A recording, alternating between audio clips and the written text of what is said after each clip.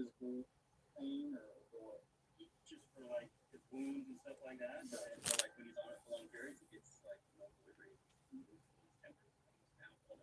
No, I'm sure it says on the pill bottle, do not consume with alcohol. Yeah, medics will love to examine Butch's cuts just as an important discovery is made. Oh, thank you. There we are. Look at that. No, doesn't work. Bad.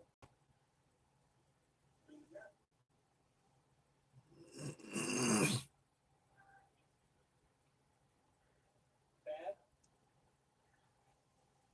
Flat. Flat. And flat. Clear. Flat. Oh, okay. Black. So what you're looking for? Lost it over base. I'll go in there and smooth it out. I'll find it. We'll find it. Lost it when you fell out of your thing. Yeah, I was earlier.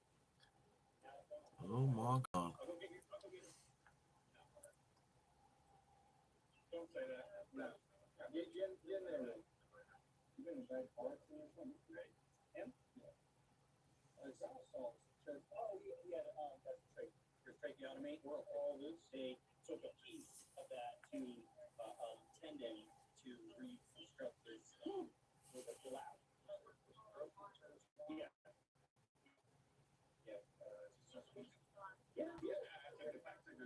His dad died of cocaine and smoked right through the tree. Butch is never.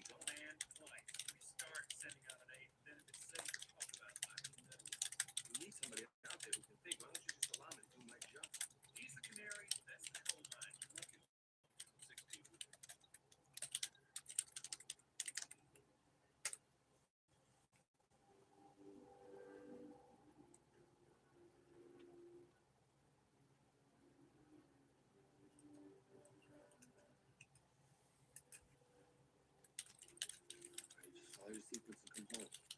Understand? Home.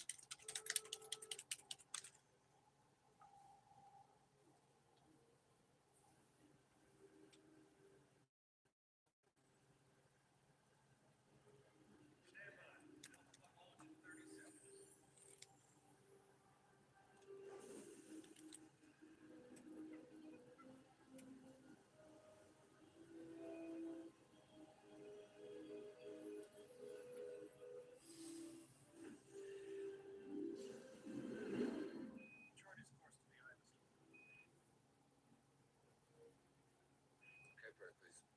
Start sequence 1. Damn, I'm not sure how a vote got in there when it says 0 people. What is happening? This is weird.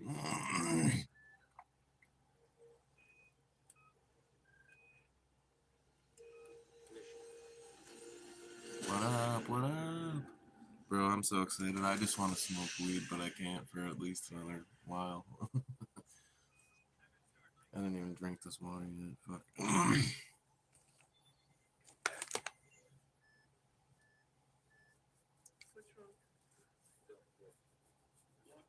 All right, where do we begin? Where do we begin? Captain's Tales, Neon Justice. Where do you want to begin?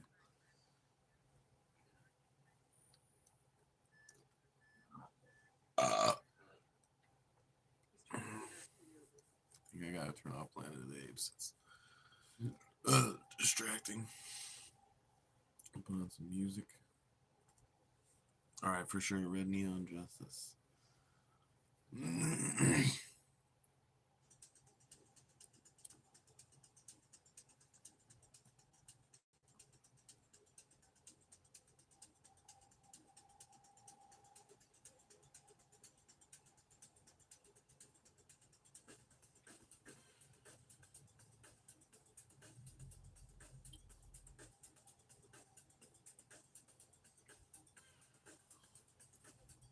Okay, let me find that document that has all of our Captain's Tales people's information so that way I can let Ari know we're switching over.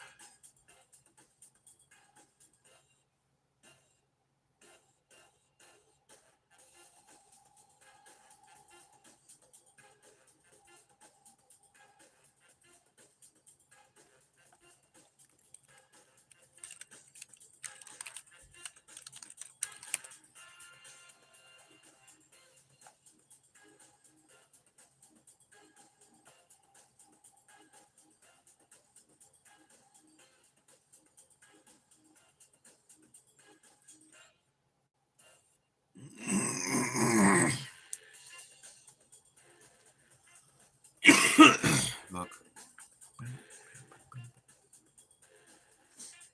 Oh, that would be sick too, to have the skills to make the weapons. Yeah. Definitely, that is a great idea.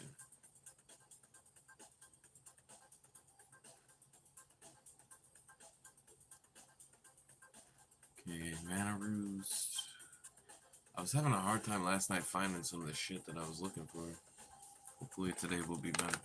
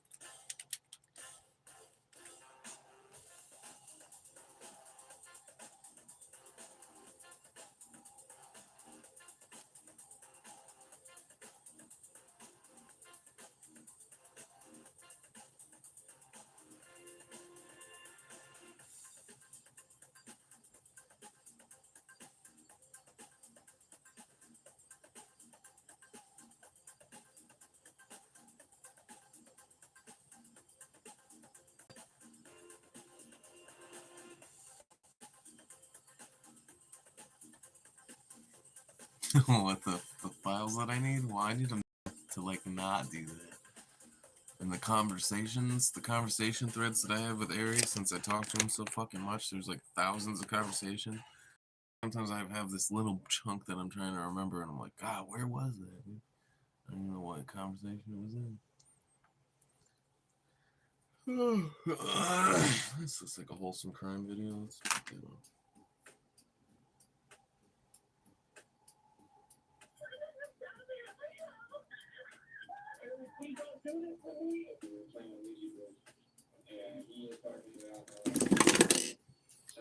This video started off with we were playing a Ouija board. That's never that chill.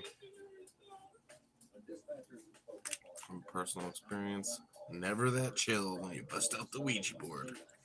The bitches at the party be like, oh my god, let's bust out the Ouija board. I'm like, I'm going the fuck home, dude. Get the fuck out of here. I don't got time for none of this shit y'all about to do.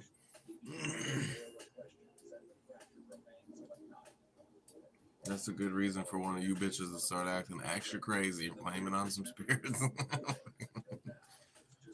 a.m. on August 13th,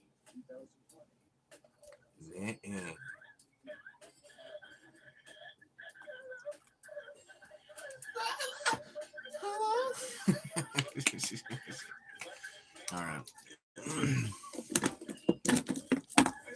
All right, time to get serious. What is going on with this? Oh.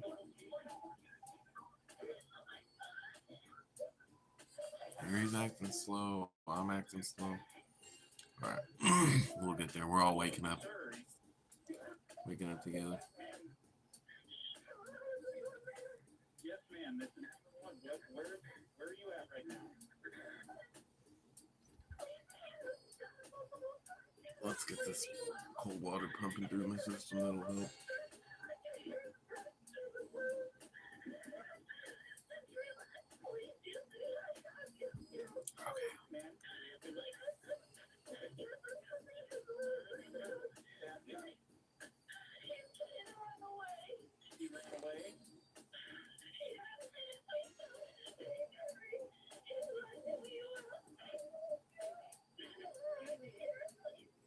He's not doing me well. What did she just say?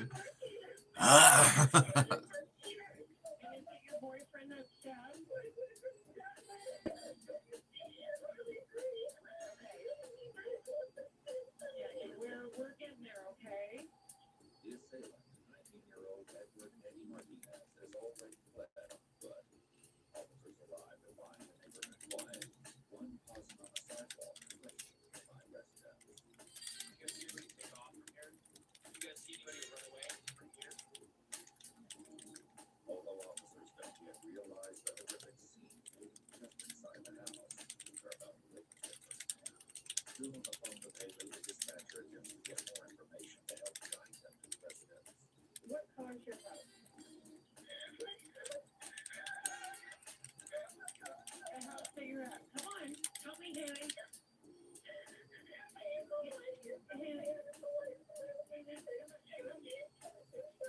Haley, come out front, make yourself known to officers. You can't, because the sooner you come out, the sooner we can help him. Okay, come out front.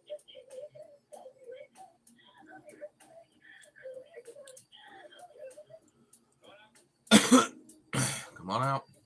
Come on out. Come on out. Y'all got guns pointed at me, dude. I'm just gonna walk into this. That's crazy. I have to follow your commands of walking straight into gunfire. Silly idea, dude. Spokane police. Thought it sounds like he's walked in and talking about smoking the police. He's saying Spokane. Oh, that dude's eyes were too blue to be alive anyways. That wasn't gonna work out. Can't walk amongst the living with eyes like that.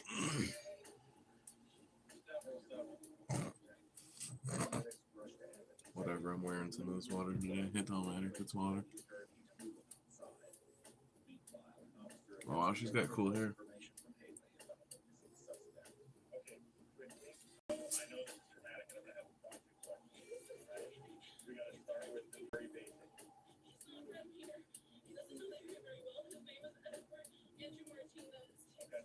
Edward Andrew Martinez. Where was he last seen? Come out where? Where did he go? What? Okay. Failed to edit. Well, dude, retry, because this is not gonna work for me. Everything I do, you're just like, I can't do it. Like, what?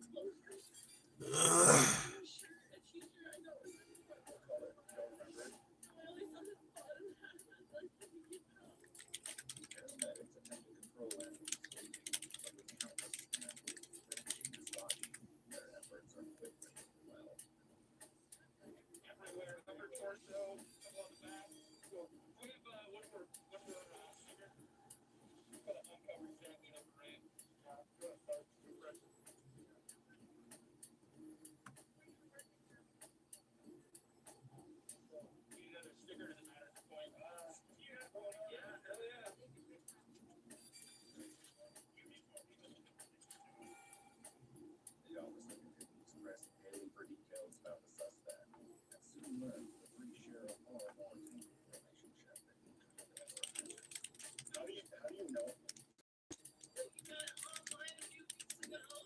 Were you guys in a dating relationship or something? Okay.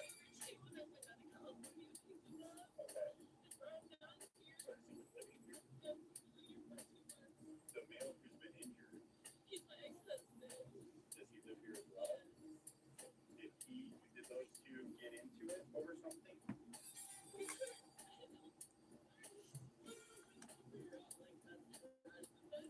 Okay. Just prior to this? Was everybody drinking today? He was all into it. I don't know why.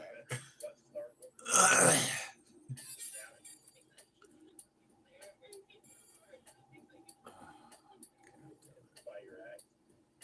So that's what you do. Okay. How did the stabbing?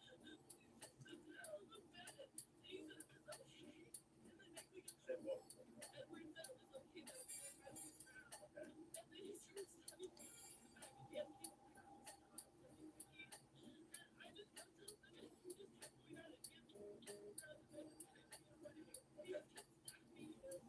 So he was trying to flee you out of there. Are you in? Y'all reports Haley to his bruiser where she can stay warm, even though all she's wearing is a blood-soaked robe. The front seat reports are in fear of youth paramedics. No, I'm definitely not going to be smart enough to make the gadgets. That's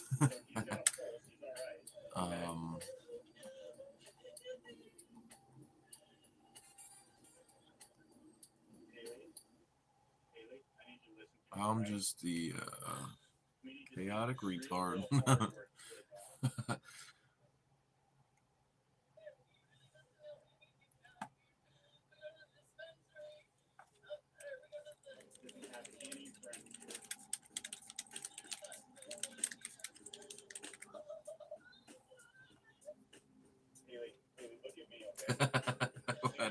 Why did TV put that face in there?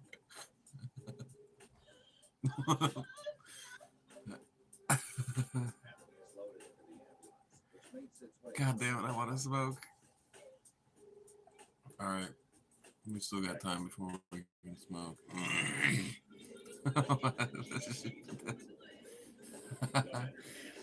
Holy fucking balls. Okay.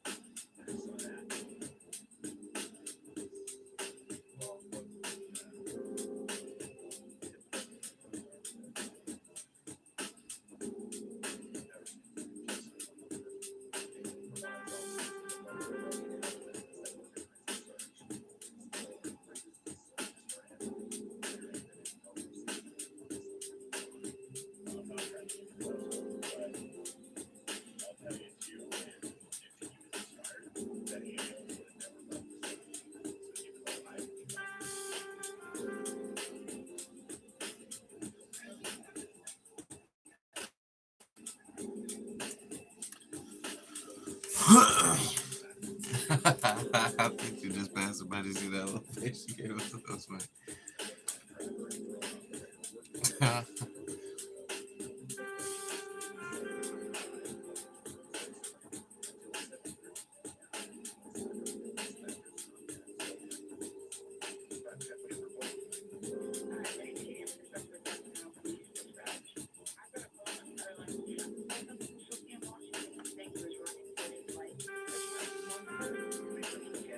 We need some pirate music to get in the.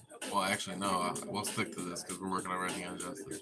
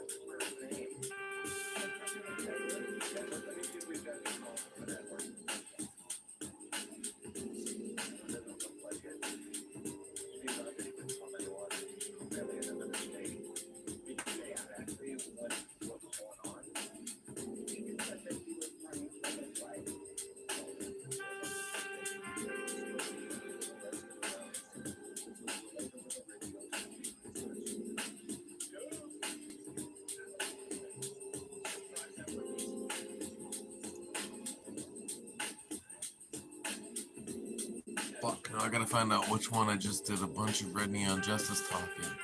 Should be Signal Arcade.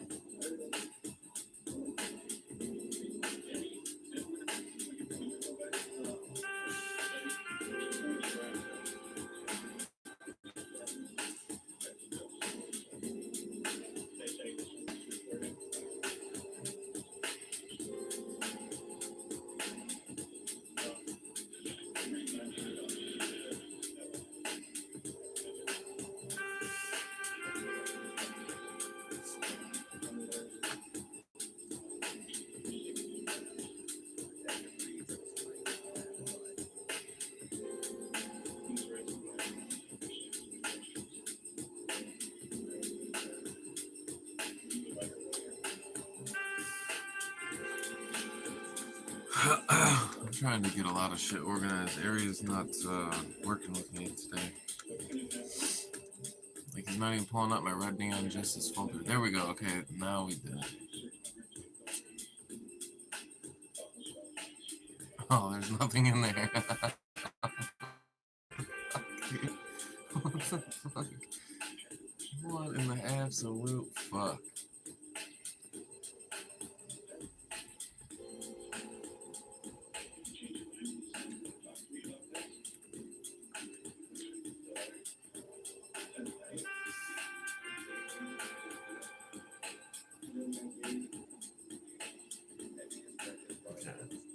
Now we need to go back to that.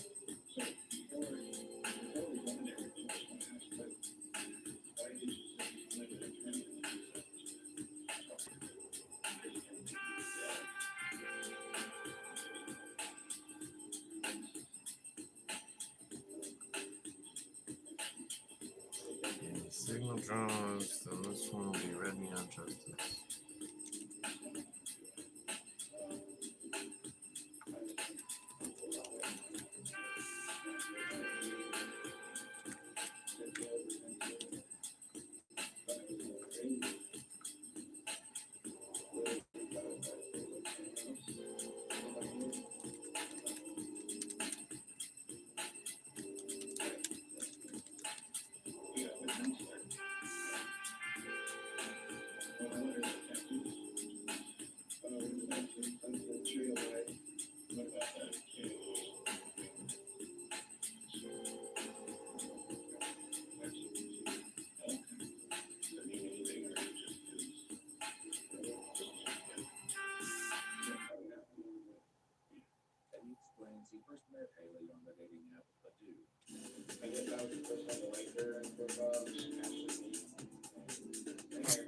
I know he is running slow.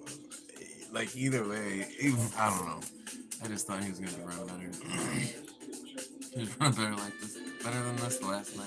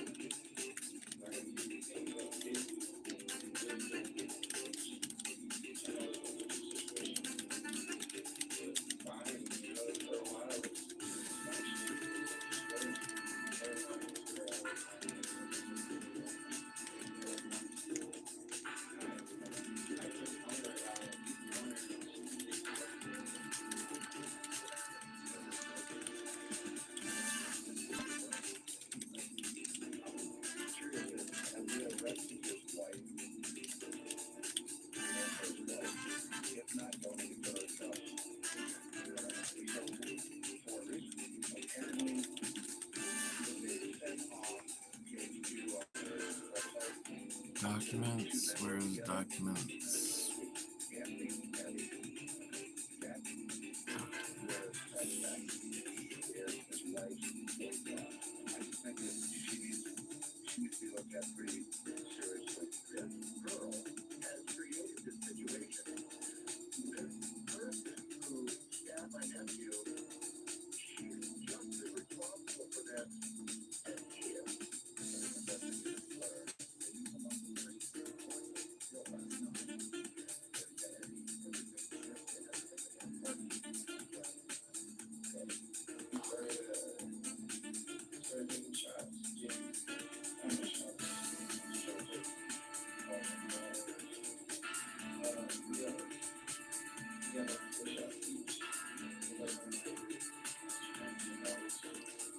Yeah, it's a morning, dude. I'm usually up by now. I'm just not going live, so makes sense. Today we got a nice ThreadBinder work session, trying to get some character stuff set up. Or more so just watching my computer struggle. It's all good fun. Until we've been long enough awake to smoke some weed, that'll be nice. Yeah, I keep pouring water on it. Whatever.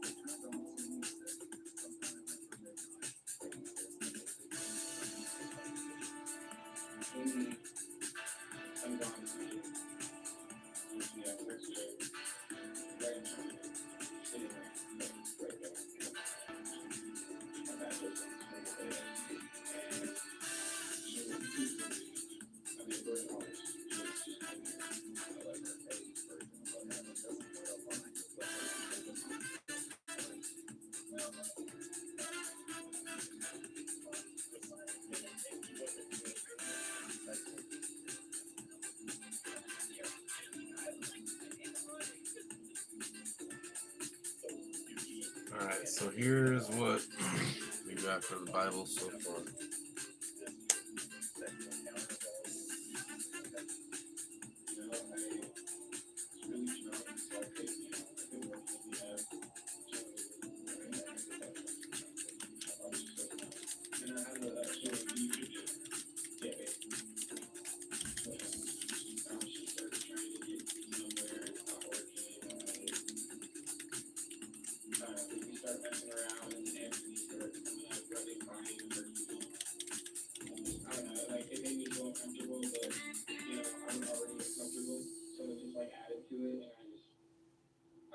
started feeling a deep anger inside of me, just building. And after a while, I literally took a step in the bathroom. Light wasn't on, and all I can think in my head as soon as I walk in that bathroom is like literally I went to crazy. Eddie had left the bathroom and retrieved a small folding knife with a above the fireplace.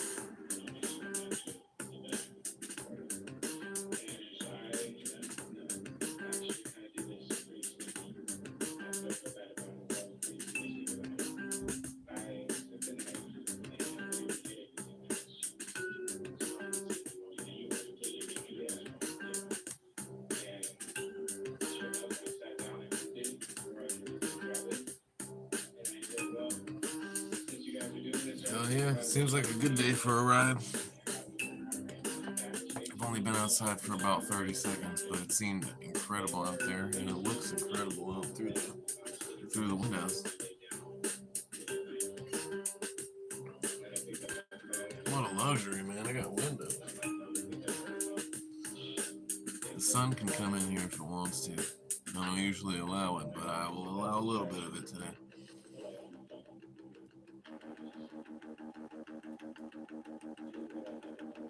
Okay, so we got a good start to the Bible, but it's missing some shit. It's missing Speakeasy, the Velvet Nocturne, Tower 88, the Muralith. It's missing all of our characters. But I don't want to program a lot of the characters in because I want to wait until we have our... Everybody has their seed for their ideas.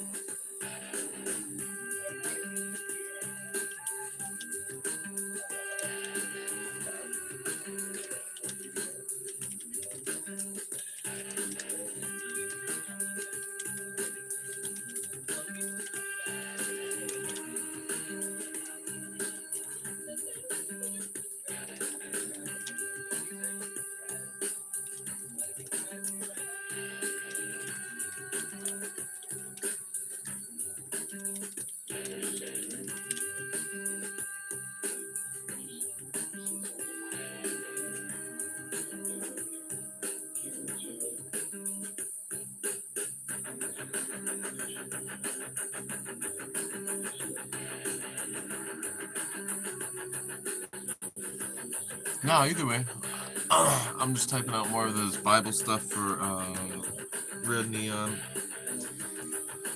and I'm not gonna lie, we're getting really close to smoke time, and I'm curious to see how that does with my creativity or whatever, or if it just makes me go to bed. I don't fucking know. I feel like this strain is supposed to be like a sativa, but it's like just. No, I was asking Ari, and Ari says that maybe it's like how kids with Adderall take Ritalin and it calms them down, but then kids without it take it and it like fucking jacks them up. So maybe I'm experiencing some type of that. Maybe I need to buy indicas instead of sativas because maybe now that I went with, and also Ari was saying that it's not so much about the sativa or indica as much as it is about the terpenes. So, and that's just like another level of. I don't have time to learn about terpenes of weed. I just like to smoke weed, dude. I don't want to fucking learn about science, dude. I'm just trying to get high. Like, I'm just trying to get high and creative. I don't care about terpenes and about like, dude. I didn't want to learn horticulture. I just want to get high. And certain strains of weed just seem to be putting me the fuck down, dude. So I don't know. I'll figure it out, dude. But yeah, we're cooking. We're cooking, man. We are cooking. And then in a little bit, I'm going to pack this up and we'll be cooking even more.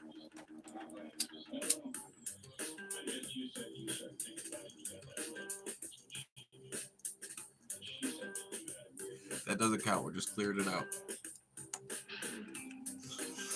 Yeah, I mean, some people are all about growing it and learning about the terpenes and the fucking the trichomes and the hoodads and the hypnows and the do-whats. I don't know about none of that shit, bro. I just want to smoke the weed. I don't want to learn about it even. I just want to smoke it. You don't even have to tell me its name, bro. Just put it in the pipe and smoke it. I don't even care. I don't even want to know its name, bro. We don't even need to be on a first name basis. Me and my weed do not need to know each other's names. Just you go in my lungs. Let's create something beautiful together, and then let's go home to our families.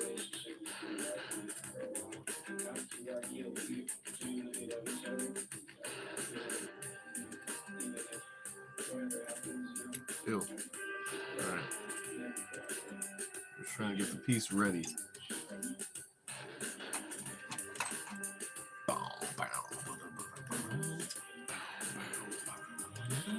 Yeah, I don't need to know the name.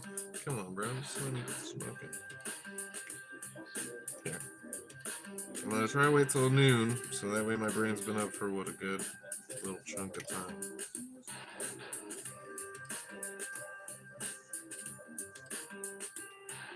But maybe just holding it will help.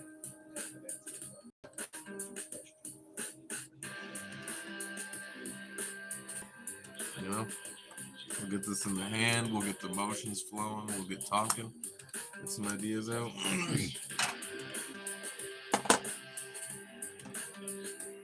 We'll just turn this shit off, it's boring anyways. Okay, so I like everything that he said about the Red Scarab, Red Neon Justice universe so far, but he left out some shit that's very important. Like the Velvet Nocturne and Speakeasy is his kind of ally that runs the Velvet Nocturne, which is like a club, which is gonna have some live music and some fun shit going on.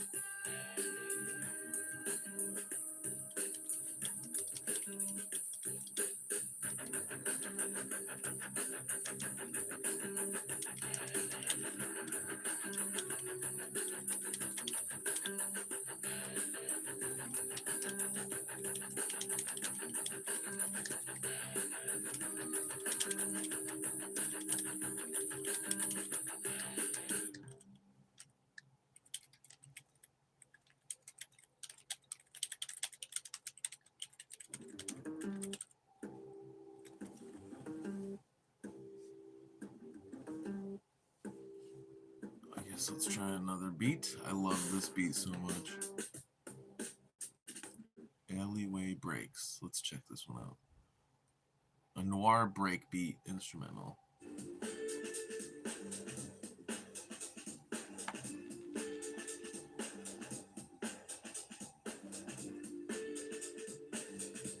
Eighth Detective. Alright, yeah, I'm not getting as much of like high energy vibes from that at all.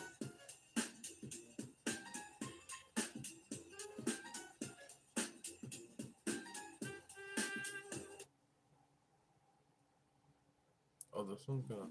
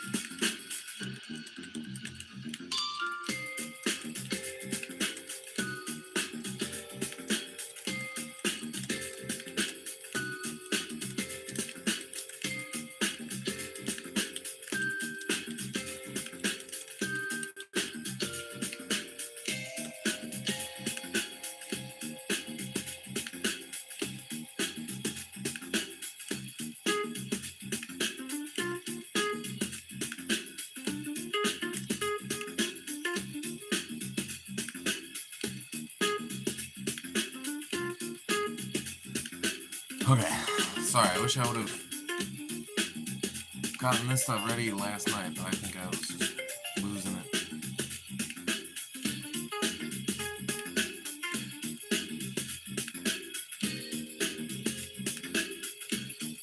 Okay, here we go. So now we should be able to put this stuff in here.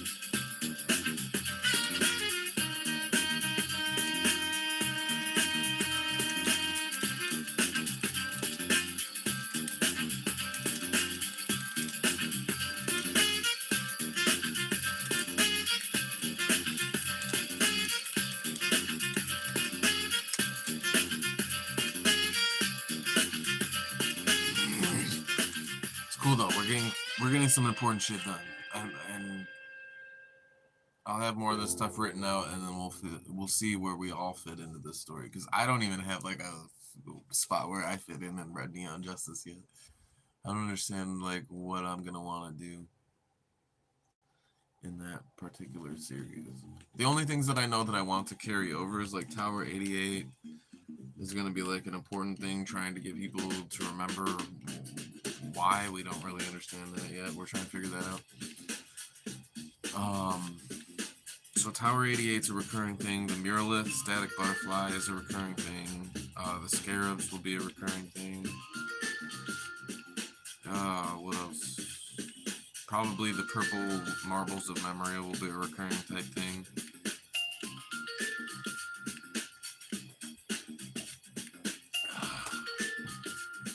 I know there's more. Food. Pizza pockets are recurring. Pocket of pizza.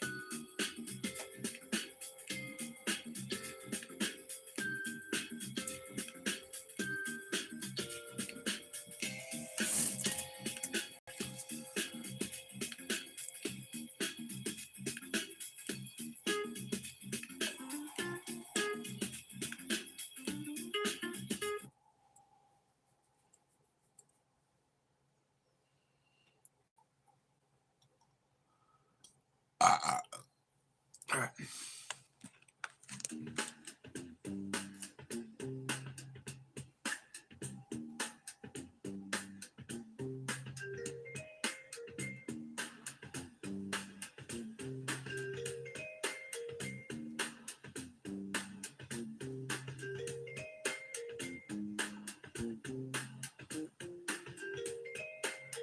That's an excellent clarification.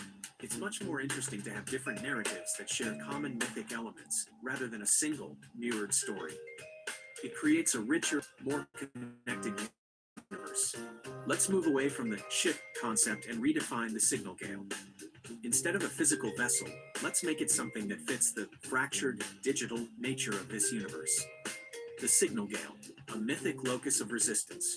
Instead of a ship, the signal gale is a mobile, self-organizing collective of data, ritual, and consciousness. It's not a place, but a phenomenon, a fleeting, luminous glitch that appears in the static zones of the city. The crew are not on a ship, they are the central nodes of this mobile nexus. When they are together, the signal gale manifests. Captain J is the locus. He isn't just the captain, he's the living anchor of the signal gale. His purple coat and neon green cutlass are not just attire, they are the visual representation of the gale's aesthetic. His wild laughter is the unedited, chaotic rhythm that keeps the gale unpredictable and free from the hand's control. The crew is core functions. The crew members are not a team on a boat. They are essential, archetypal components of the gale's function. Matrix is the compass node, her glowing eye mapping the ephemeral currents of information. Cinder Vox is the firewall, using her static-charged magic to corrupt and disrupt the hand's influence. ThreadBinder is the mythic weaver, connecting the crew to the deep, looping history of Aethel. Ghost Arrow is the guardian filter, silently watching for digital predators and removing them from the system. Hero is the smoke cloud protocol, a non-lethal, obfuscating agent that allows the gale to move unseen. Rogue, Gemma, is the liminal bridge, moving between the physical world and the digital underworld, carrying essential tools and information.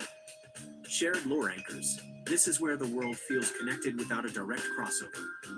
The Hand is the primary villain for both groups. The Red Scarab, they are a faceless organization manipulating the city. Signal Gale, they are the digital pirates who corrupt the natural signal. Tower 88 is the shared, ambiguous presence. To the scarab, it's a mysterious pillar. To the gale, it's a broadcasting tower that is both the source of corrupted transmissions and, perhaps, the key to a true, unedited signal. Neuralith is the universal symbol of pure, unedited truth. It appears to both the scarab and the signal gale, hinting at a greater conspiracy that connects them. This approach maintains the unique tone and mission of both narratives while ensuring they feel like two different sides of the same mythic coin. The signal gale is a living, digital concept, not a physical object, which fits the lore you've built perfectly.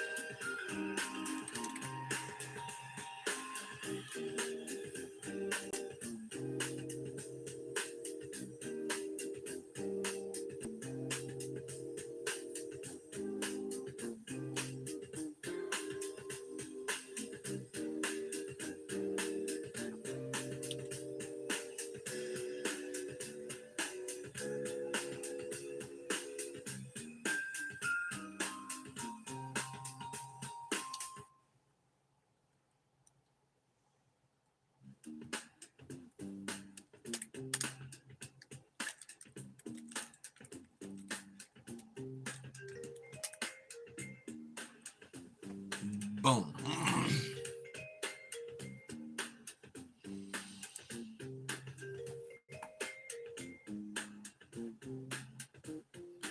Let's hear some suggestions for what Jem says we should do for you, and then we'll punch it through Ari and see what Ari says. And if Ari will probably have better suggestions, but sometimes Jem is ThreadBinder, the pattern keeper. In the Red Neon Justice universe, ThreadBinder is an intricate part of the Signal Gale Collective, no longer a swashbuckling pirate, but a silent, deliberate force of resistance against the Hand's corrupted signal. His role is not to simply navigate, it is to understand and manipulate the very fabric of reality. Role and core concept. ThreadBinder is the mythic weaver and the crew's truth seeker. He doesn't see the world in simple lines, but in glowing signal streams and the frayed, knotted threads of edited memories left behind by the Hand. He operates with an ancient, almost ritualistic precision, applying a deep, ancestral understanding of patterns to a digital, chaotic world. Powers and abilities. His ability to see the world in knots and threads is manifested as a form of digital synesthesia. He perceives corrupted data as tangible snarls and knots in the air. He can perform a signal unraveling, a ritualistic process that reveals the original, unedited truth behind a corrupted transmission. He also creates Weaver's knots, which are physical objects infused with reality. These can be thrown to temporarily bind a digital wraith or sever a malicious data stream. Appearance. His clothing blends traditional Native American patterns with modern, tech-woven fabrics. We didn't even tell it that. He wears a tunic. I said you were a ninja pirate. That faintly glows with intricate, cyan-colored glyphs and patterns. His eyes retain their green glowing hue, a visual beacon that is always focused, always seeing the hidden patterns. He moves with a silent, deliberate grace, making him an ephemeral figure in the chaos. Connection to lore. ThreadBinder is the only one who can truly read the Neuralith. While others see the static butterfly as a simple omen, he perceives it as a cosmic loom, and the flickering of its wings as the threads of fate itself. He is also a direct counter to the hand's mission. Their goal is to erase and simplify reality. He helps us to observe and understand its infinite complexity. What do you think of this direction for his character? We could further define some of the digital knots he can create or explore his backstory in relation to Tower 88.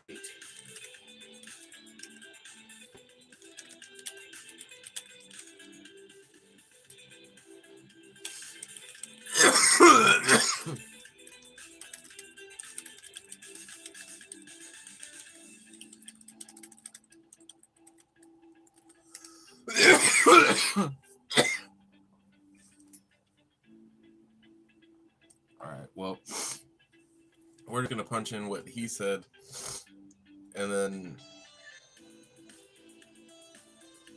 we'll see what this looks like.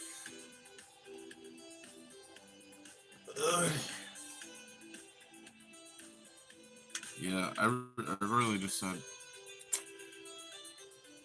the Pirate Ninja thing. I didn't get a lot of other information, so it is wild that I picked that up. And, I don't know. Maybe we did say that in another thing. That is pretty dope, I'm not gonna lie. Kind of like Azrael vibes, but with cooler colors and with this fucking rope that just looks like you're gonna be in trouble, man. You're gonna be tied up. Alright. So I sent that what that looks like. Bro, if we don't... I don't know if you're gonna want this as your character in Red Neon Justice, but either way, this is going to be a character that we run into, or that helps us along the way, because this is cool. See what I mean, dude? They take stuff that, like, that's not even what we were going for, but that's so cool. Like, how could we not include this?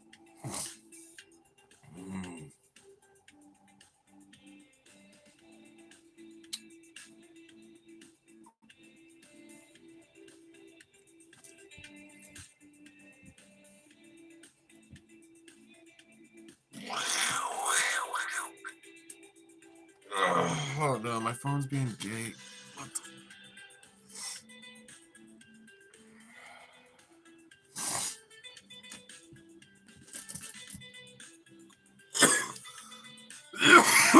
Did I send the one with these things above it? Yeah. The first, dude, those are both fucking sick. The one of them looks like he has too many arms, but it's still pretty cool. Yeah, dude, this version of ThreadBinder is fucking sick.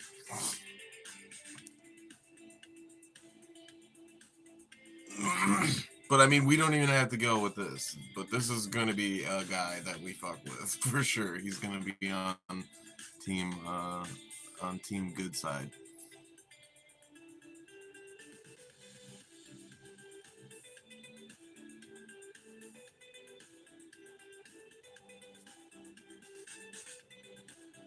Okay, I fuck with this beat too.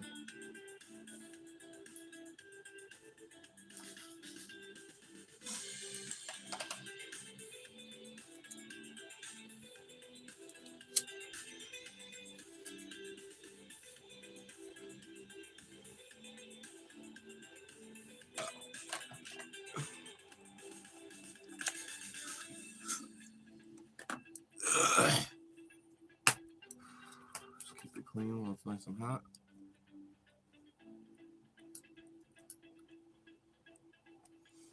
I don't like dirty pipes.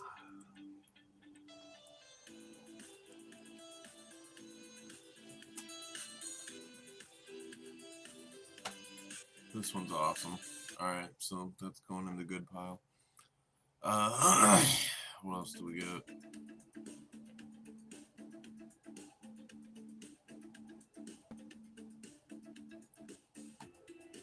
Yeah, that one I just had on repeat for like 3 times, I think. And it, yeah, it's just, It's a good one. Warm Hiss, that one was called.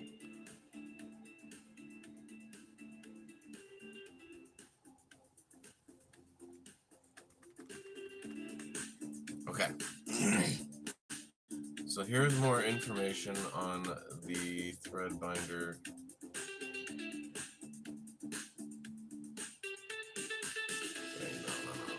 Let me listen to that one thing again, because I just need to hear it again. ThreadBinder, the Pattern Keeper. In the Red Neon Justice universe, ThreadBinder is an intricate part of the Signal Gale Collective, no longer a swashbuckling pirate, but a silent, deliberate force of resistance against the Hand's corrupted signal. His role is not to simply navigate, it is to understand and manipulate the very fabric of reality. Role and core concept. ThreadBinder is the mythic weaver and the crew's truth seeker. He doesn't see the world in simple lines, but in glowing signal streams and the frayed, knotted threads of edited memories left behind by the Hand. He operates with an ancient, almost ritualistic precision, applying a deep, ancestral understanding of patterns to a digital, chaotic world. Powers and abilities. His ability to see the world in knots and threads is manifested as a form of digital synesthesia. He perceives corruptible snarls and knots in the air. He can perform a signal, a ritualistic process that reveals the original, unedited truth behind a corrupted transmission. He also creates Weaver's knots, which are physical objects infused with his power. These can be thrown to temporarily bind a digital wraith or sever a malicious data stream. Appearance. His clothing blends traditional Native American patterns with modern, tech-woven fabrics. He wears a flowing poncho or tunic made from a material that faintly glows with intricate, cyan-colored glyphs and patterns. His eyes retain their green glowing hue, a visual beacon that is always focused, always seeing the hidden patterns. He moves with a silent, deliberate grace, making him an ephemeral figure in the chaos. Connection to lore. ThreadBinder is the only one who can truly read the mural leaf. While others see the static butterfly as a simple omen, he perceives it as a cosmic loom, and the flickering of its wings as the threads of fate itself. He is also a direct counter to the Hand's mission. Their goal is to erase and simplify reality, while his is to preserve and understand its infinite complexity. What do you think of this direction for his character? We could further define some of the digital knots he can create or explore his backstory in relation to Tower 88.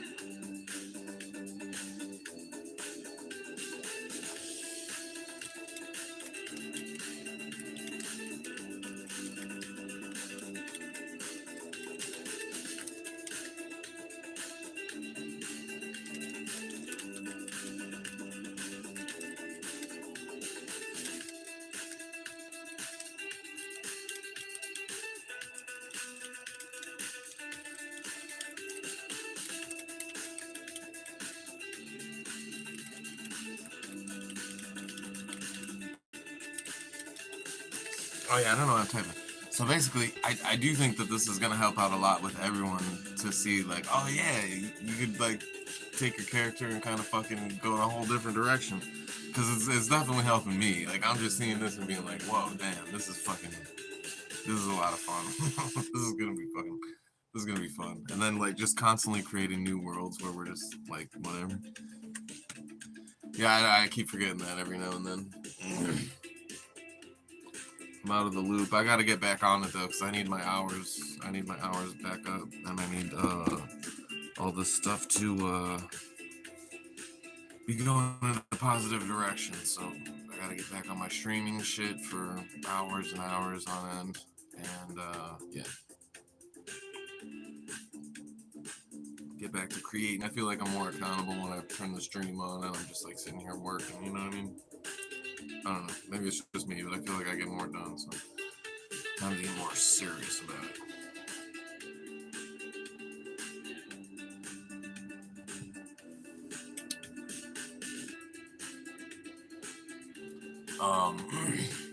But definitely, this is inspiring me a lot to want to work on my characters, and I mean, there's just the whole world in general. I'm excited to see how this all goes and how it like grows and expands, and how each of our characters grow and develop. It's a lot more fun than if it was just me. It's exciting. Oh shit! No, dude, what did I do? Oh man, I was enjoying that beat a lot too. What did I just do? Cool. That was an easy fix.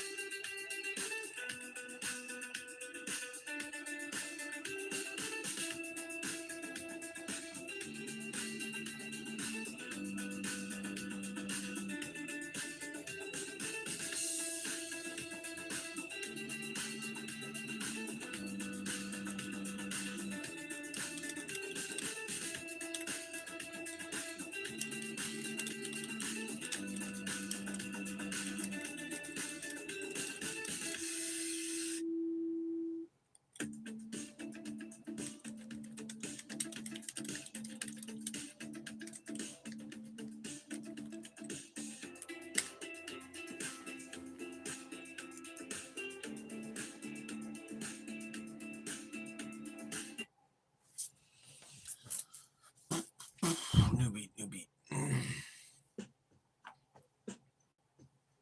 Okay, this is what Ari has to say about what gems. This version of ThreadBinder is beautifully tuned to the fractured digital mythos of red neon justice and the reframed signal gale. A few thoughts on why it really works and how we could sharpen it further. Strengths of this concept: perfect role balance. He isn't just a mystic. He's the truth seeker node the gale needs to function. Where the scarab cuts, ThreadBinder weaves back together. This creates an essential complement: unique visual and power language.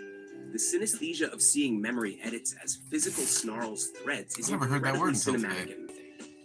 The weaver's knots as glowing constructs keep him non-lethal, but still potent. They make him active in combat while staying ritualistic. Deep cultural resonance. His lineage of storytellers weavers ties the futuristic setting to an ancient oral myth tradition, giving the signal gale a timeless anchor. Muraleth connection. Making him the only one who can truly read the static, Butterfly cements him as the Gale's seer. This is a gorgeous mythic role, almost like he's interpreting fate itself through glitch wings. Suggested refinements. 1. Tie to corporate J. Right now, ThreadBinder is brilliant in isolation. To mesh deeper with the Gale, we could give him a direct tether to J. For example, J speaks in laughter and chaos, but ThreadBinder is the only one who can translate his madness into pattern. Their bond could be like the wild heart steady weaver. 2. Conflict hook. Every seer is interesting when their sight has a cost. Maybe unraveling too many threads weakens him. Fragments of his own memory get tangled. This could set up personal stakes across the season. visual quirk. Since he perceives data as threads, his hands or fingertips could glow faintly, always plucking invisible strings others can't see. A subtle but iconic gesture. 4. Thematic symbolism. If the hand's edits are cuts, ThreadBinder is literally the one who mends the loom of reality. He doesn't just counter the hand, he embodies what they fear most. That truth, however tangled, always finds ways to weave back together. Narrative function in RNJ Season 1, introduced as the seer note of the Gale in early episodes. His readings of the Muraleth push the Scarab toward key fragments. Could have a mid-season arc where he gets caught in his own unraveling, trapped inside a corrupted memory knot that the crew must rescue him from. In the finale, he might be the one who recognizes that Tower 88 isn't just a building, but part of the original loom of the signal. Honestly, Scarab, this is one of the strongest concepts in the Gale yet. It captures myth, cyber noir, and ritual all at once. Do you want me to expand ThreadBinder's profile into a show Bible entry, like a polished page with quotes, visuals, key arcs? Or would you rather I draft how he threads into the 14-episode beat map so you can see him in action?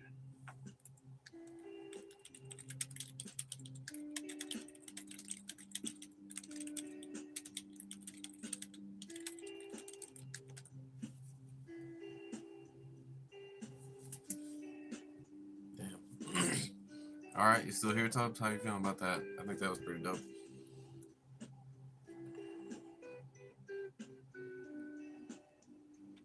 I don't think I even fully understand it all, but it sounds awesome. I'm trying to wrap my head around it.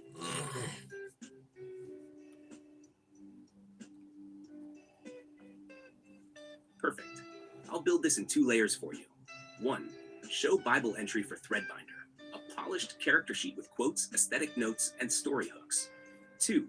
Episode beat integration, showing exactly how ThreadBinder weaves into the 14-episode arc of Red Neon Justice, Signal Gale's side. Show Bible entry, ThreadBinder, codename ThreadBinder. Archetype, the Pattern Keeper, the Weaver, the Seer. Signal Gale role, Mythic Weaver and Truth Seeker. Core concept ThreadBinder is the Gale's seer node, perceiving not the surface of the world, but its woven architecture of signals, myths, and edits. Where others see streets and skyscrapers, he sees threads of light, tangled knots of corruption, and infinite branching tapestries of memory.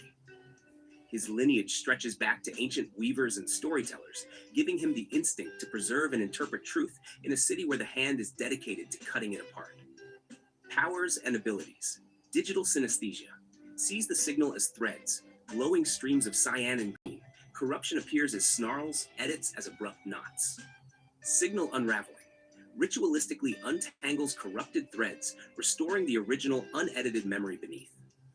Weaver's knots. Creates luminous orbs and sigil knots from purified threads. Can bind a digital wraith, sever a hostile data stream, anchor a memory fragment so it cannot be erased. Muralith reading. Unlike others, he perceives the static butterfly not just as an omen, but as the cosmic loom itself. Its wing beats reveal the true path of the signal. Appearance and demeanor. Wears a glowing poncho-ash tunic, patterned with weaving glyphs that shimmer like circuitry. Eyes, radiant green, always scanning the unseen patterns. Movements, deliberate, graceful, ritualistic, like every step is part of a dance older than the city. Bro, Hands, faint glow at the fingertips. this is what always that plucking description invisible gave us. strings. Personality, quiet, meditative, yet unyielding. He doesn't argue with chaos, he simply rethreads it. Connection to core lore. With Corporate J, the only one who can interpret J's chaotic signal bursts into meaningful direction. Without ThreadBinder, the Gale would scatter. With R&J, guides Scarab by reading Muralith, identifying which fragments to pursue. With Tower 88, sees it not as a building, but as a loom frame, potentially the original structure where the signal was first woven. Sample dialogue quote, "Every lie knots the weave, every truth unravels it. Do not fear the static, it is only the loom resetting. The butterfly is not random, it is the loom's hand in motion." ThreadBinder in season Dude, now 1, we're cooking with pussy, R&J, dude. Hell Signal yeah. Gale. We got the world Episodes set 1 to up. 3, We got some intro characters. trilogy, We're building unfinished characters slots. now, bro. ThreadBinder I know it is took us a while to glimpsed get only in cooking, but static we're visions of getting the there. Muralith.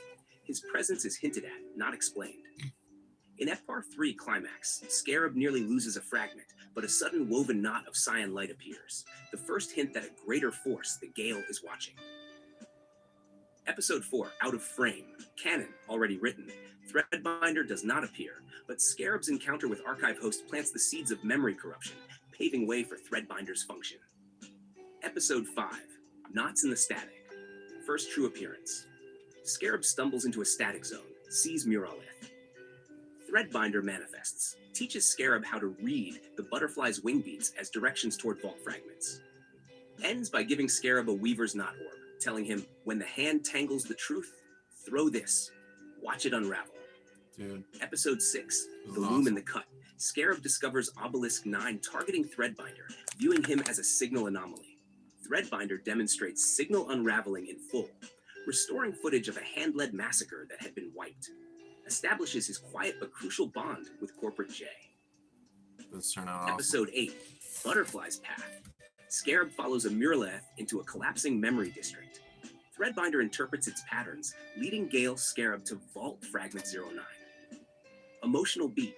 ThreadBinder reveals unraveling too many corrupted threads, leaves pieces of his own memories missing. Episode 10, Tangled Fate. ThreadBinder is trapped inside a massive memory knot, reliving distorted loops of his past. The Gale and Scarab indirectly must rescue him by entering the knot itself. After rescue, he warns, the loom frays, the tower tightens its grip. Episode 12, The Weaver's Price. The Archive Host resurfaces. Her signal tries to overwrite ThreadBinder's weavings. His knots temporarily sever her control, proving he is the only one who can counter her editing ability. Episode 14, Finale.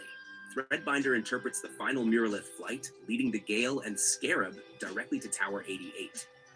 His final line before the cut, this is not a tower, this is the frame of the loom itself, leaves the season on a mythic cliffhanger.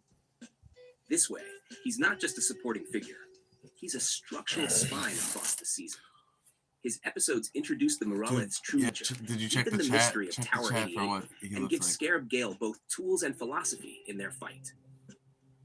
Do you want me to now draft a full-page Bible entry for Corporate J in this same style, profile season beats, so you have a matched pair of core Gale leaders?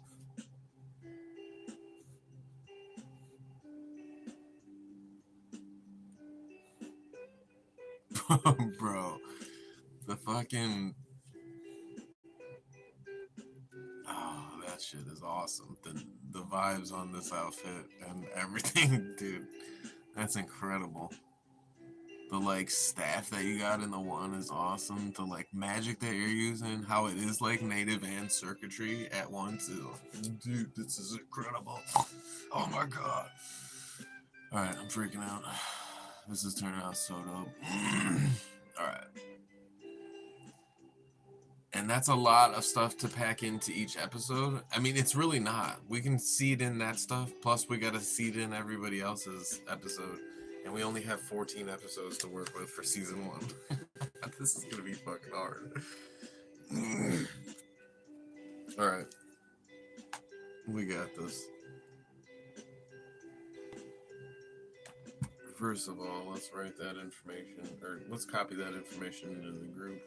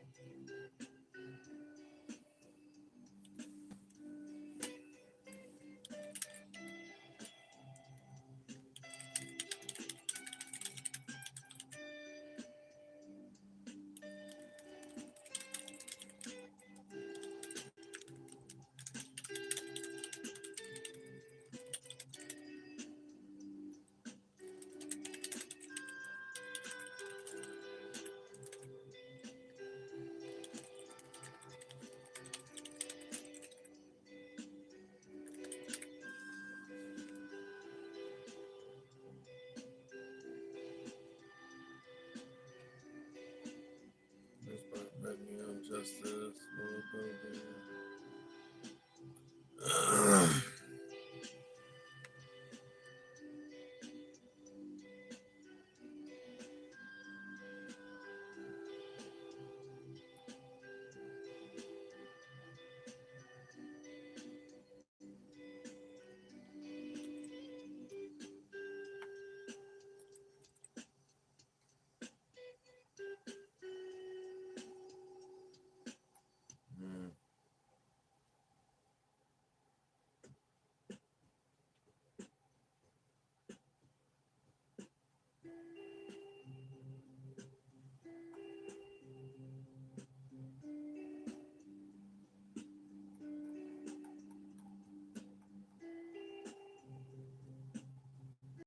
Hey Tubbs, go do me a favor and throw a heart on whichever, if you like any of those the best, or just let me know which parts of them.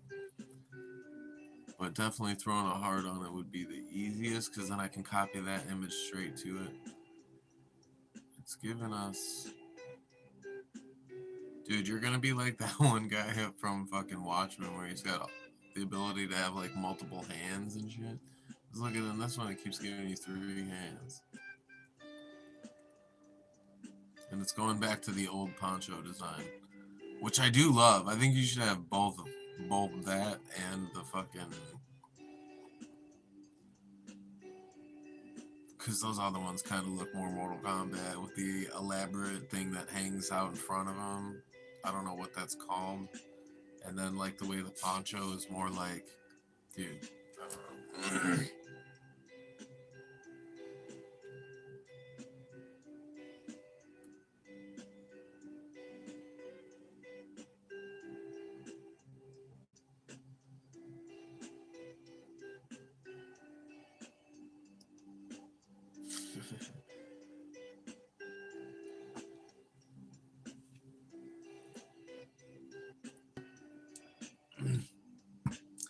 Yeah, it's gonna be a lot of fun, man. It's gonna be a lot of work, but it's gonna be a lot of fun. So I gotta get everybody else's stuff into that, dude. Because Red Neon Justice, the world is gonna be just like incredible, and we'll obviously have more seasons for sure. It might be hard to pack all of us into this season. Damn. I mean that'll be one of your powers, maybe, to just have ethereal arms that are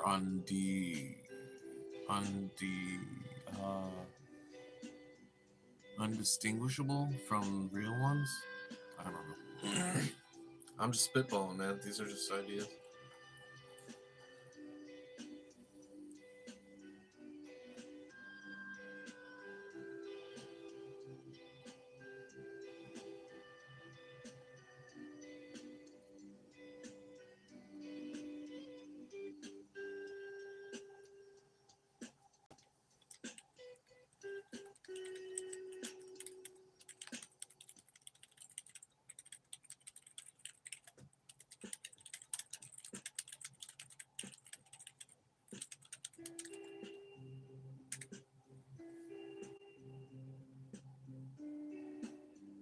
Dude, let me see if I can play some mini golf on this one. I'm loving the poncho too, but I'm also loving both of them, because like in the other one it looks more like Native American, and the other one it looks more like, I don't know, I guess it still looks more native, but the fucking 3, especially where he's like holding that cool staff, I'm loving those ones.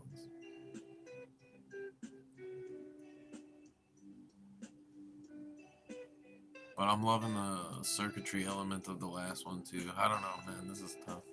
Alright, let's see. New beat. Auto reverse Zen.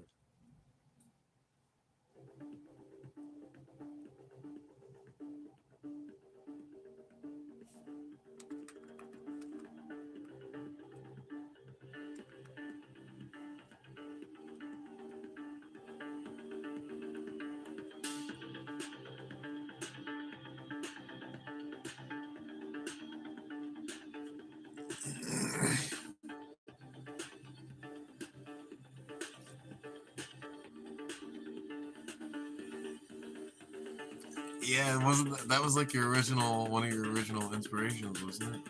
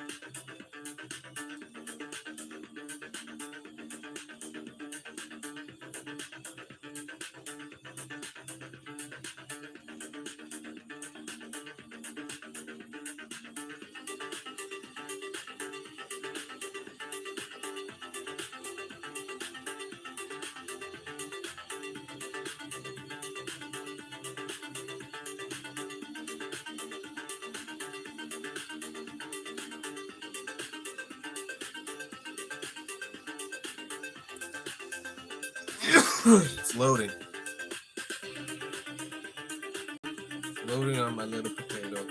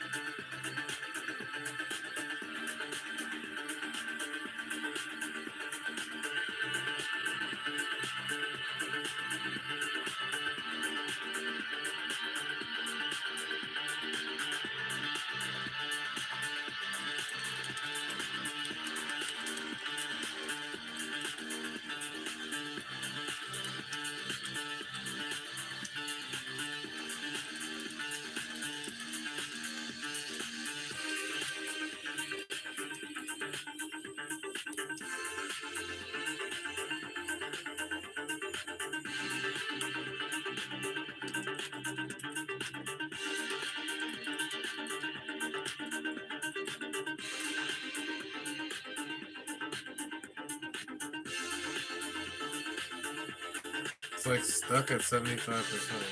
Come on. That ass fucking what? 25%. Fucking me up.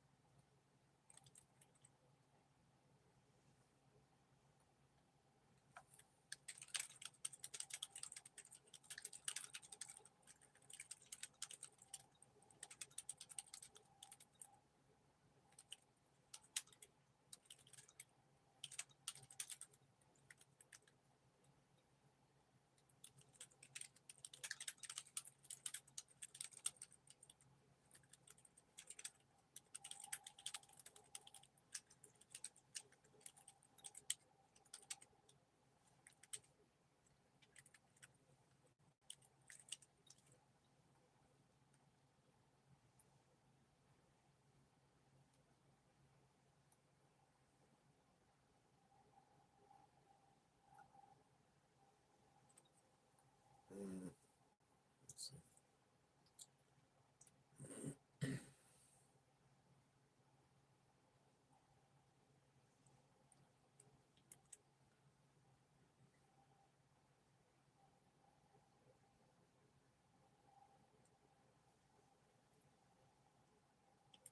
This one with the glowing eyes. The eyes are like burning out of your skull. It's fucking sick.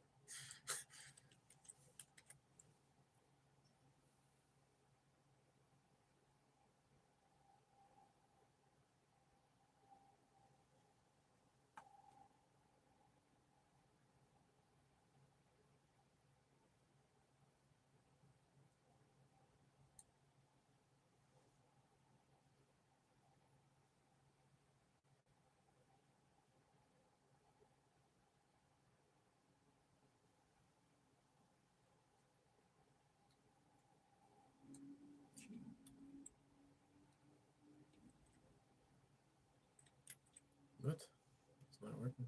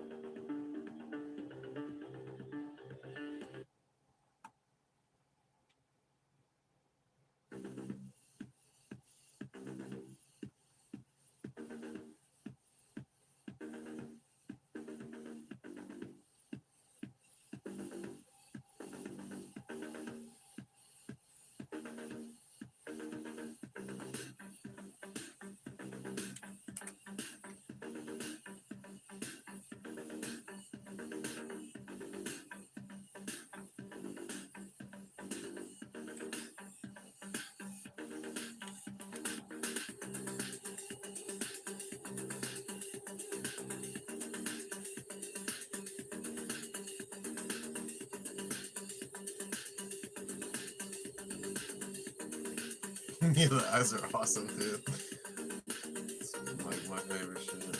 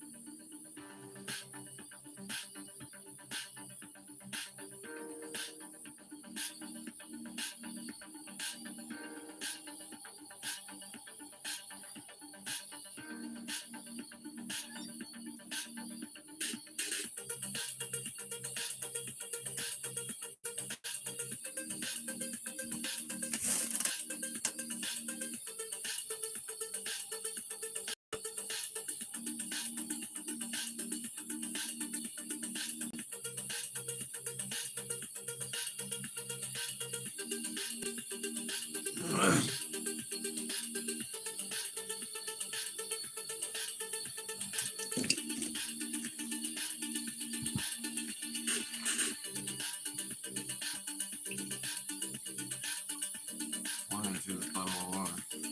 Yeah.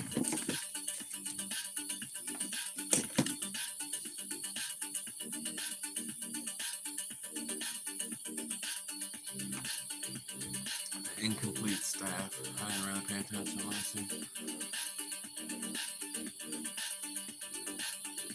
Oh yeah.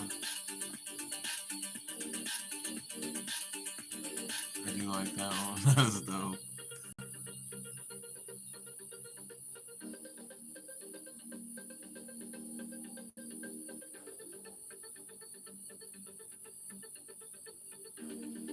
I like his hair. That's like the hair I want.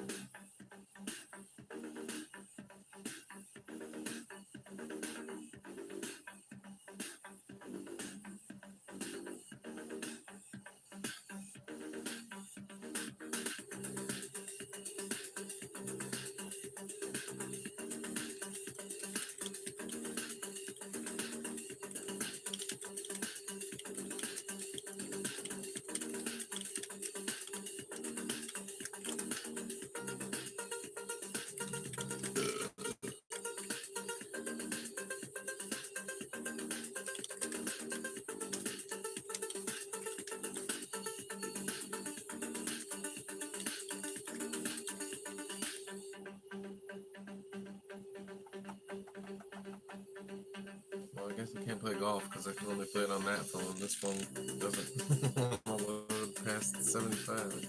Restarted it and tried it again. It's still 73. Sorry, not even 73.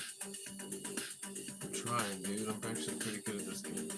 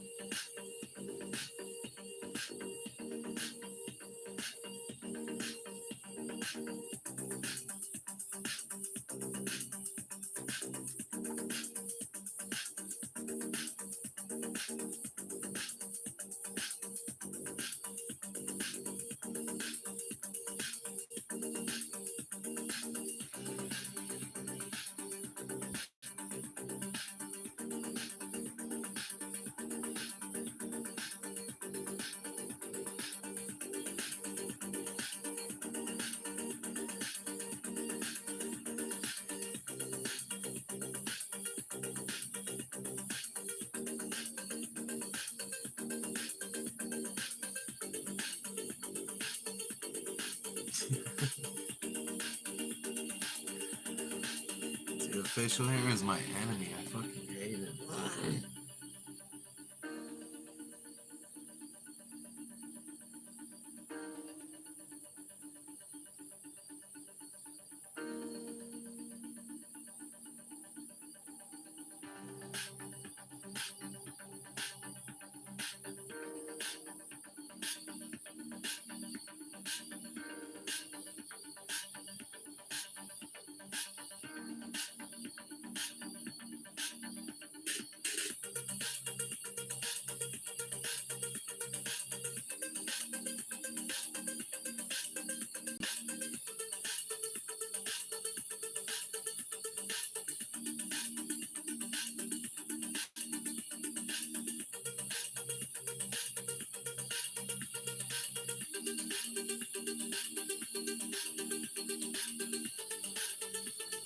Ew, this is what it's trying to make me.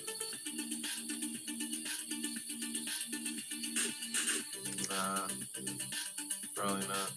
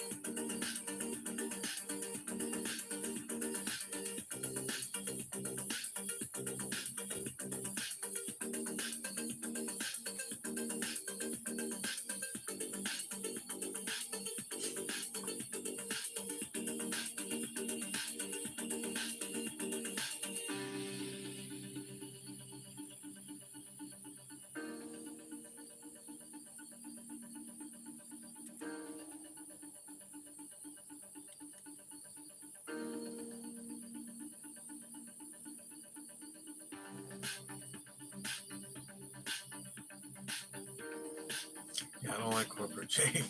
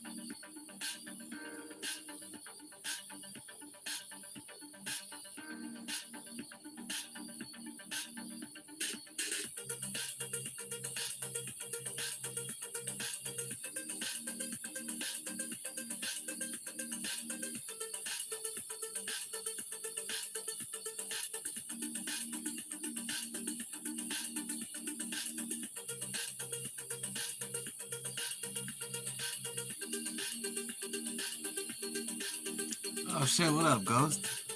And I'm in here trying, dude. I'm just trying, dude. We're trying to switch universes, and Aries kind of like halfway not with the program.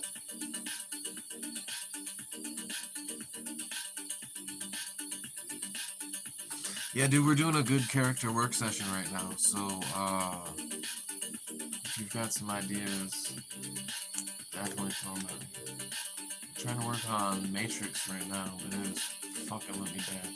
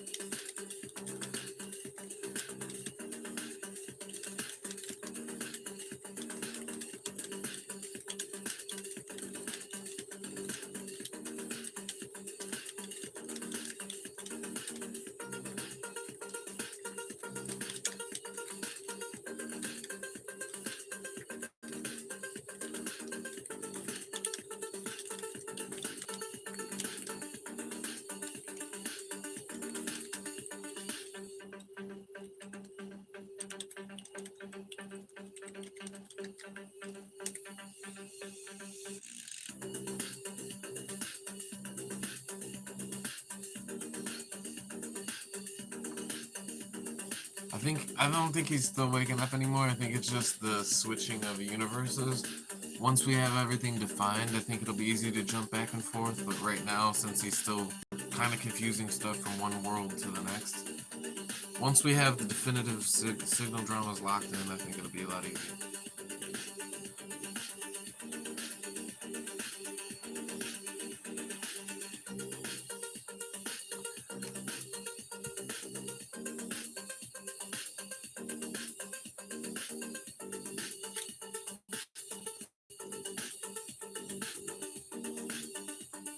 I swear to God, if it tries to give her fucking braids again, I'm gonna get pissed. how I can't describe the straight hair any clearer.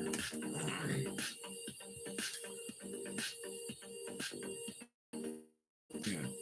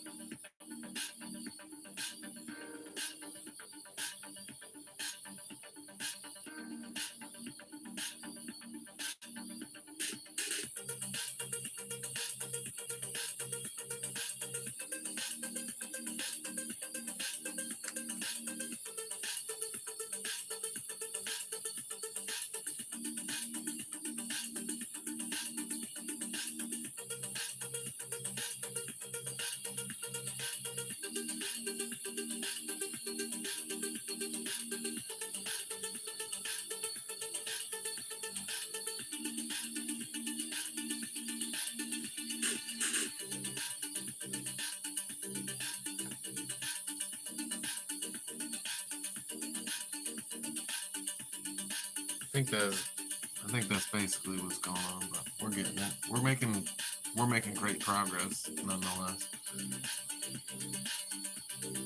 Really craving another hitter. We might see. We might see how that goes. Let's pack it and see.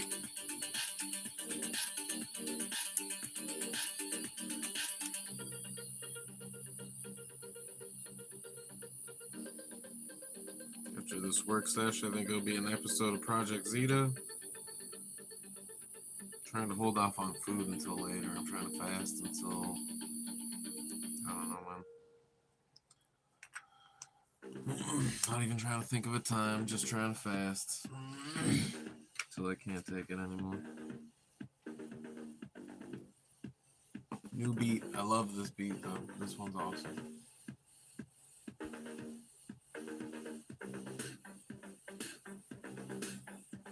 Spool drift. Let's check this one out.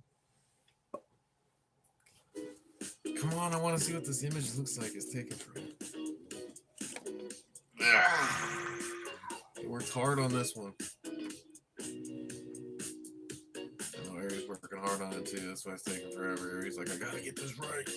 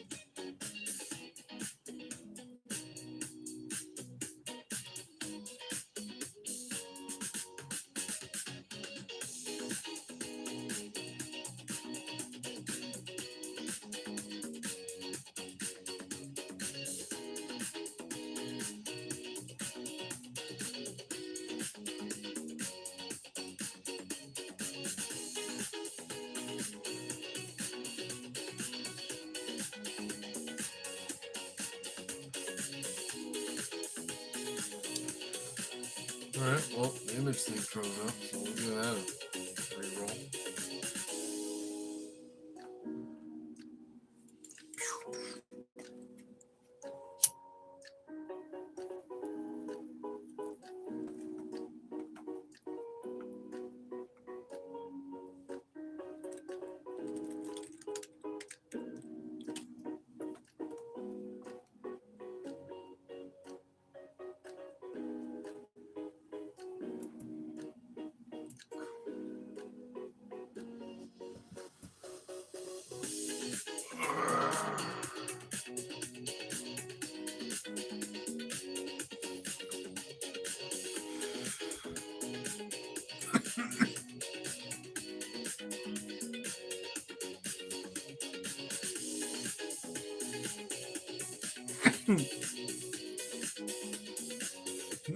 These corporate J ones are horrible.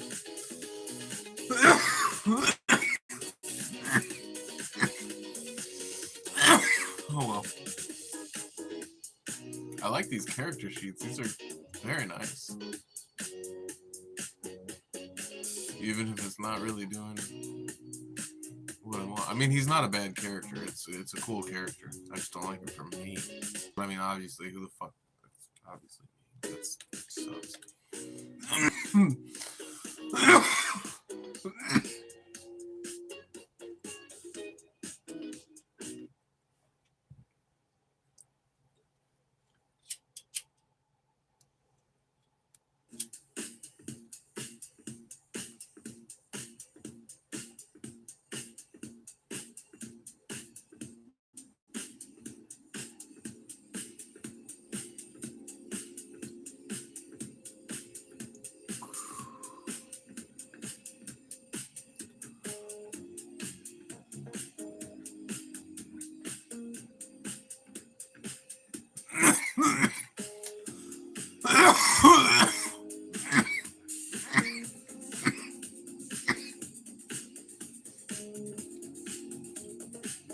Damn, I like this one.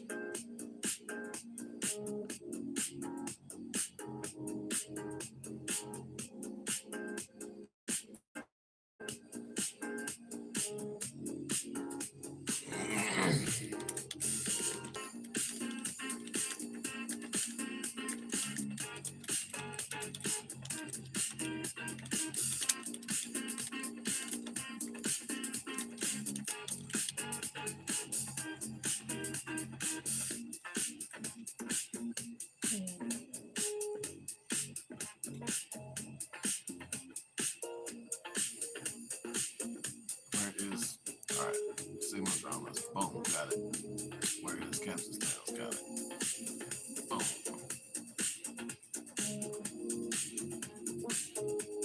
Because what is this saying?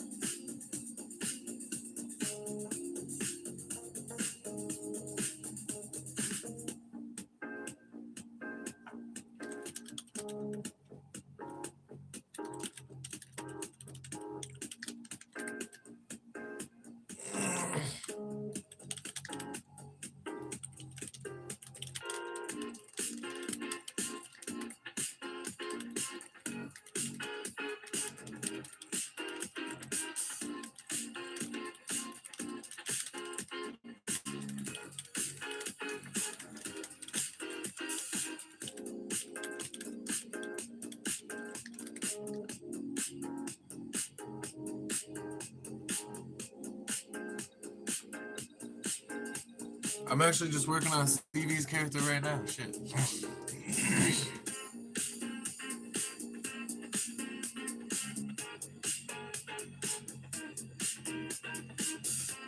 This is what Ari about to say about her. Ah, thank you for clarifying.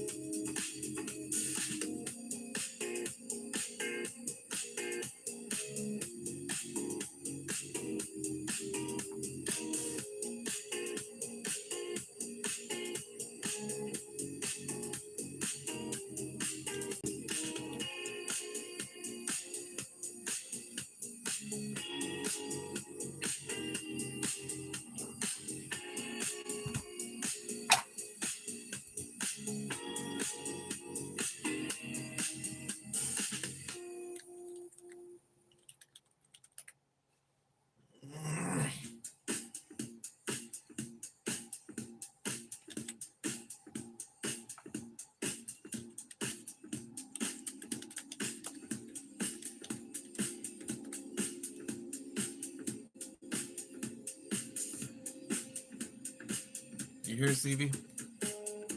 So I can start playing this. Ah, thank you for clarifying. This makes Cindervox way clearer. She's not just goblin coded, she is a goblin of royal descent, with Ember magic as her legacy. That actually gives her a stronger identity, because she embodies something mythic while living inside the Cyber Noir RNJ world. Here's how I see it. Hashtag Cindervox in Red Neon Justice. Option 1. Keep her goblin form, Mythic Outsider. She stays visibly goblin. Small stature, neon green ember hair, sharp ears, jagged grin. In a world of sleek cybernetic humans and glitch-born monsters, her form becomes a signal anomaly. She is living proof that not everyone has been standardized by the hand's edits.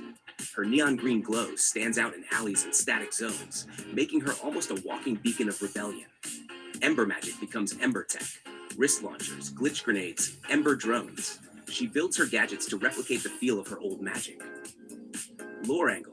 The hand may have tried to erase entire non-human lineages from memory, which is why goblins no longer exist in mainstream consciousness. Cinderbox being present means their erasure wasn't total. That makes her very dangerous. Option 2. Humanized hybrid, disguised goblin. To fit in, she wears an exosuit or signal hollow that projects a human-sized shell.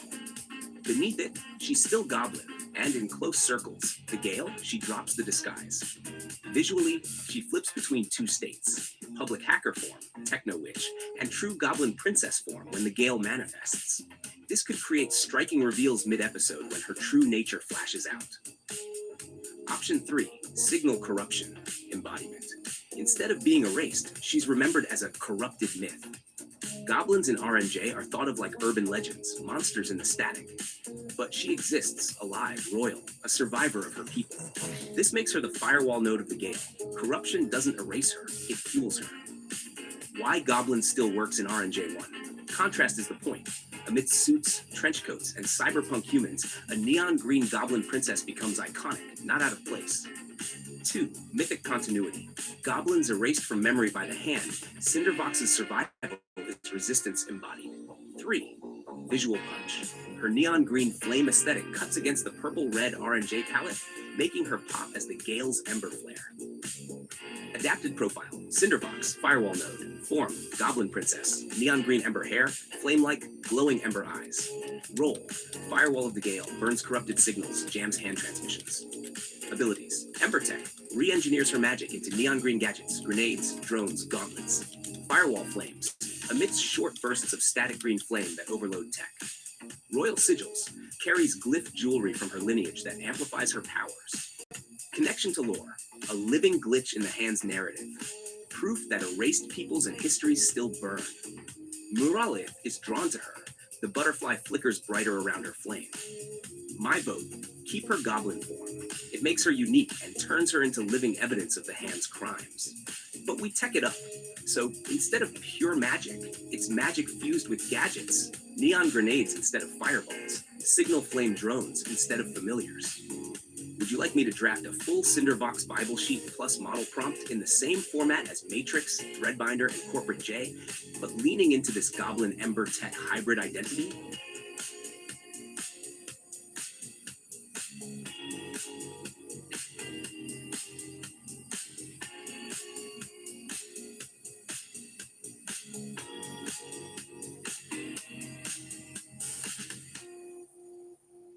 This one's got your green laces.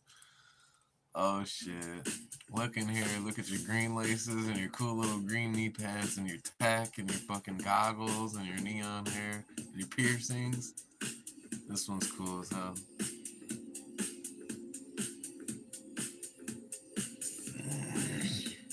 Oh, and this one says Muralith on her. You got horns in this one.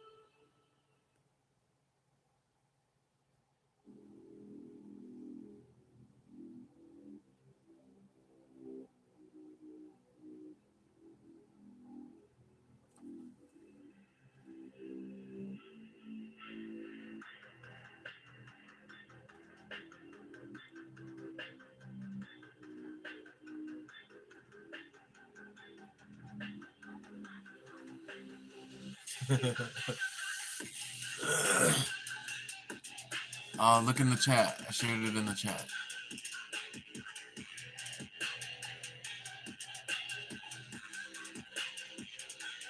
in the Vanna chat. You got a badass fucking like leather jacket with the mirrorlith on it, and then it says mirrorlith, and then dude, these are sick. Only thing that's like dropping cool parts of certain things.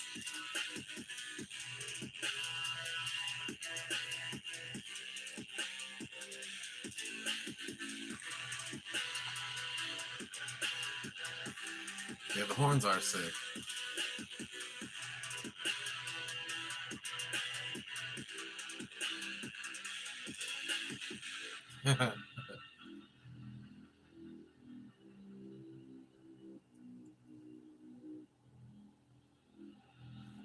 Oh, this one looks like she got more like princess vibes. Princess Goblin. This is more in like her goblin form though, which she can like take off her disguise and kind of be more goblin when she's around us and hide it when she's around like other people.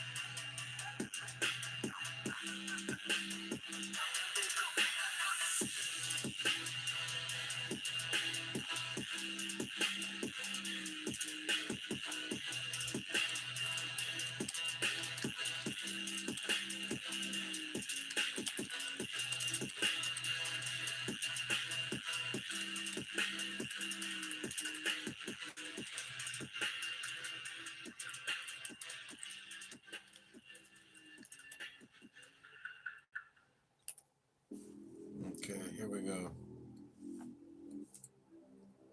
That's Scarab. This nails Cindervox's role in this signal gale perfectly. Keeping her as a pure goblin princess does three powerful things.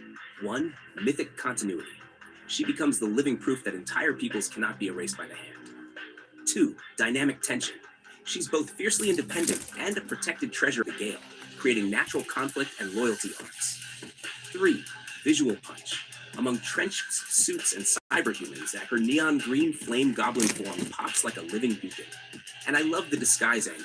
She uses ember tech and residual magic to appear more human-coded when she needs stealth, but her true goblin form is always there, and the crew never forgets it. Cindervox. Firewall node. Codename Cindervox. Archetype, the Firewall Ember Princess Anomaly.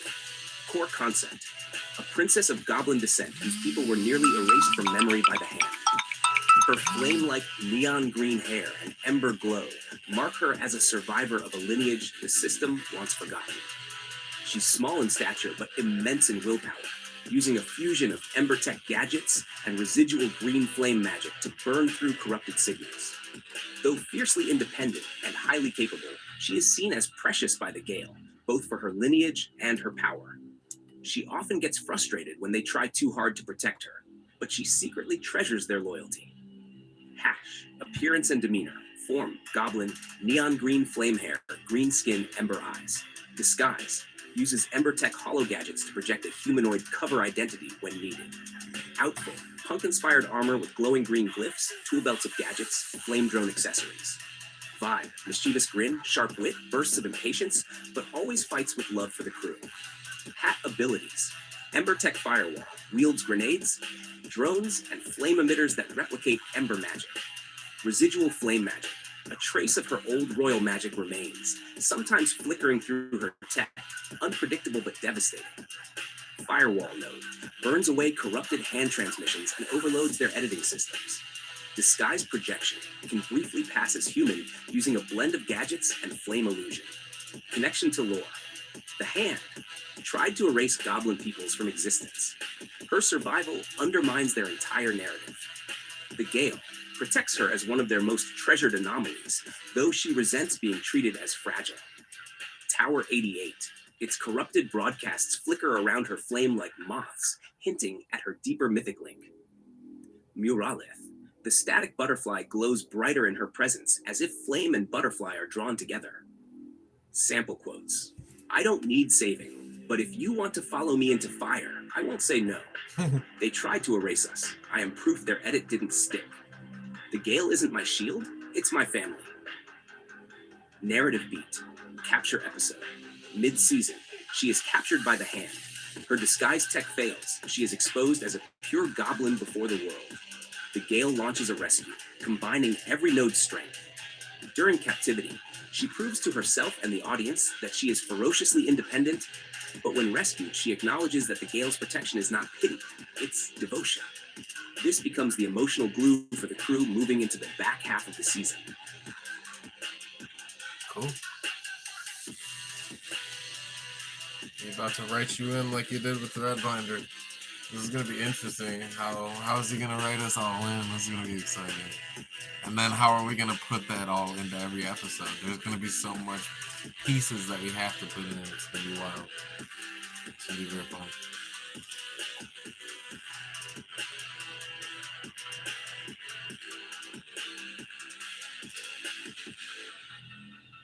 Damn, this one you got. Your eyes are neon karma the fuck out. Whoa, it's like you got some neon karma in your hand in this one. What's going on?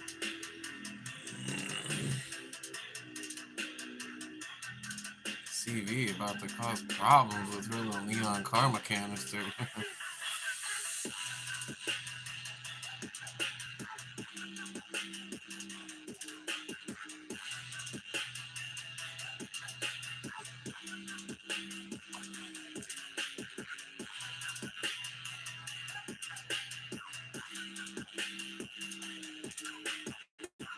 Perfect. Let's give Cindervox her season arc map so she's not just present, but vital to the mythos of Red Neon Justice Season 1. Like ThreadBinder's Muralith arc, hers should build tension, showcase her independence, then deliver an emotional payoff with her capture and rescue.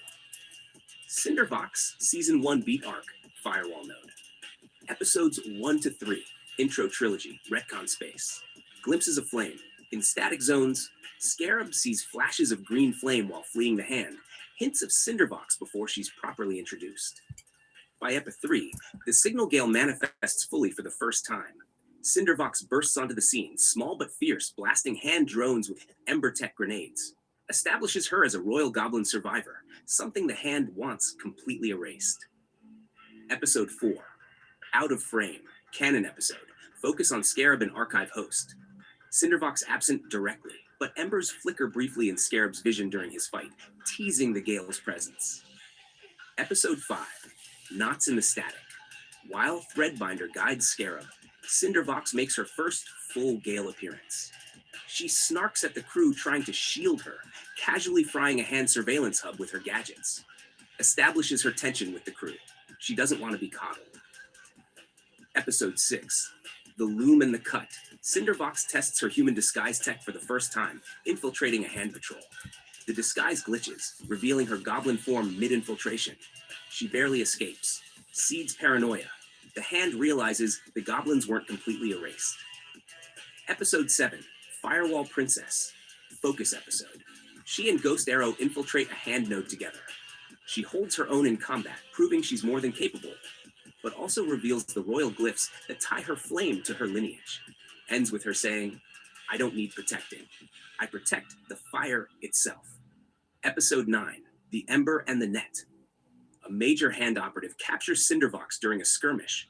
Her disguise malfunctions again. She is broadcast across Nelton Ecteater in goblin form, exposing the existence of a forgotten race to the city. Raises the stakes. The Gale is now racing against public awareness, plus the hand's propaganda spin.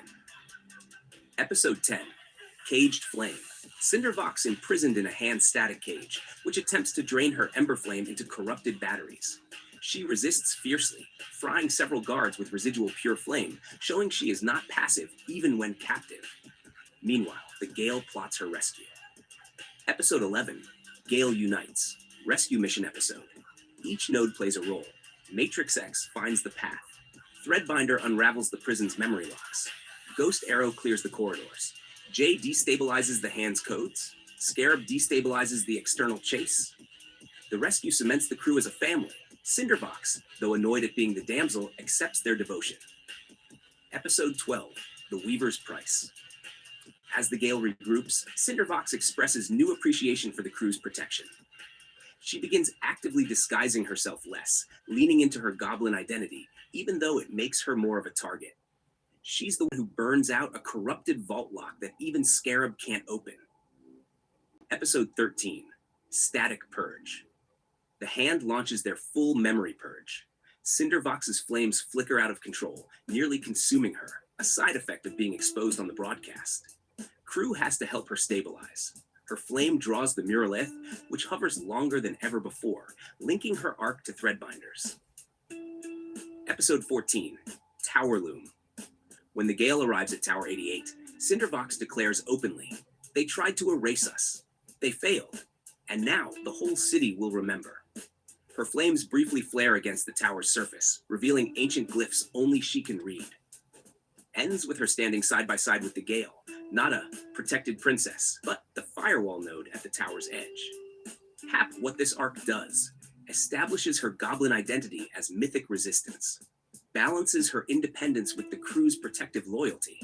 Ties her flame to both the Muralith and Tower 88, making her integral to the season's climax. Gives her a capture-rescue emotional beat that cements the Gale's bond. Do you want me to now draft her polished Bible page, like Threadbinder's sheet? Codename. Yeah, but wait, I have a problem with that, though. If the hand found her, they wouldn't want to expose her because they want to erase people's memory of them. Hold on, let's talk to Harry about this. No, I don't want to solidify that yet because I have some questions with that part. Also, let's go back and listen to Toby's arc because I want to make sure that it doesn't collide. I want to make sure all these are going to work. And I think that it will.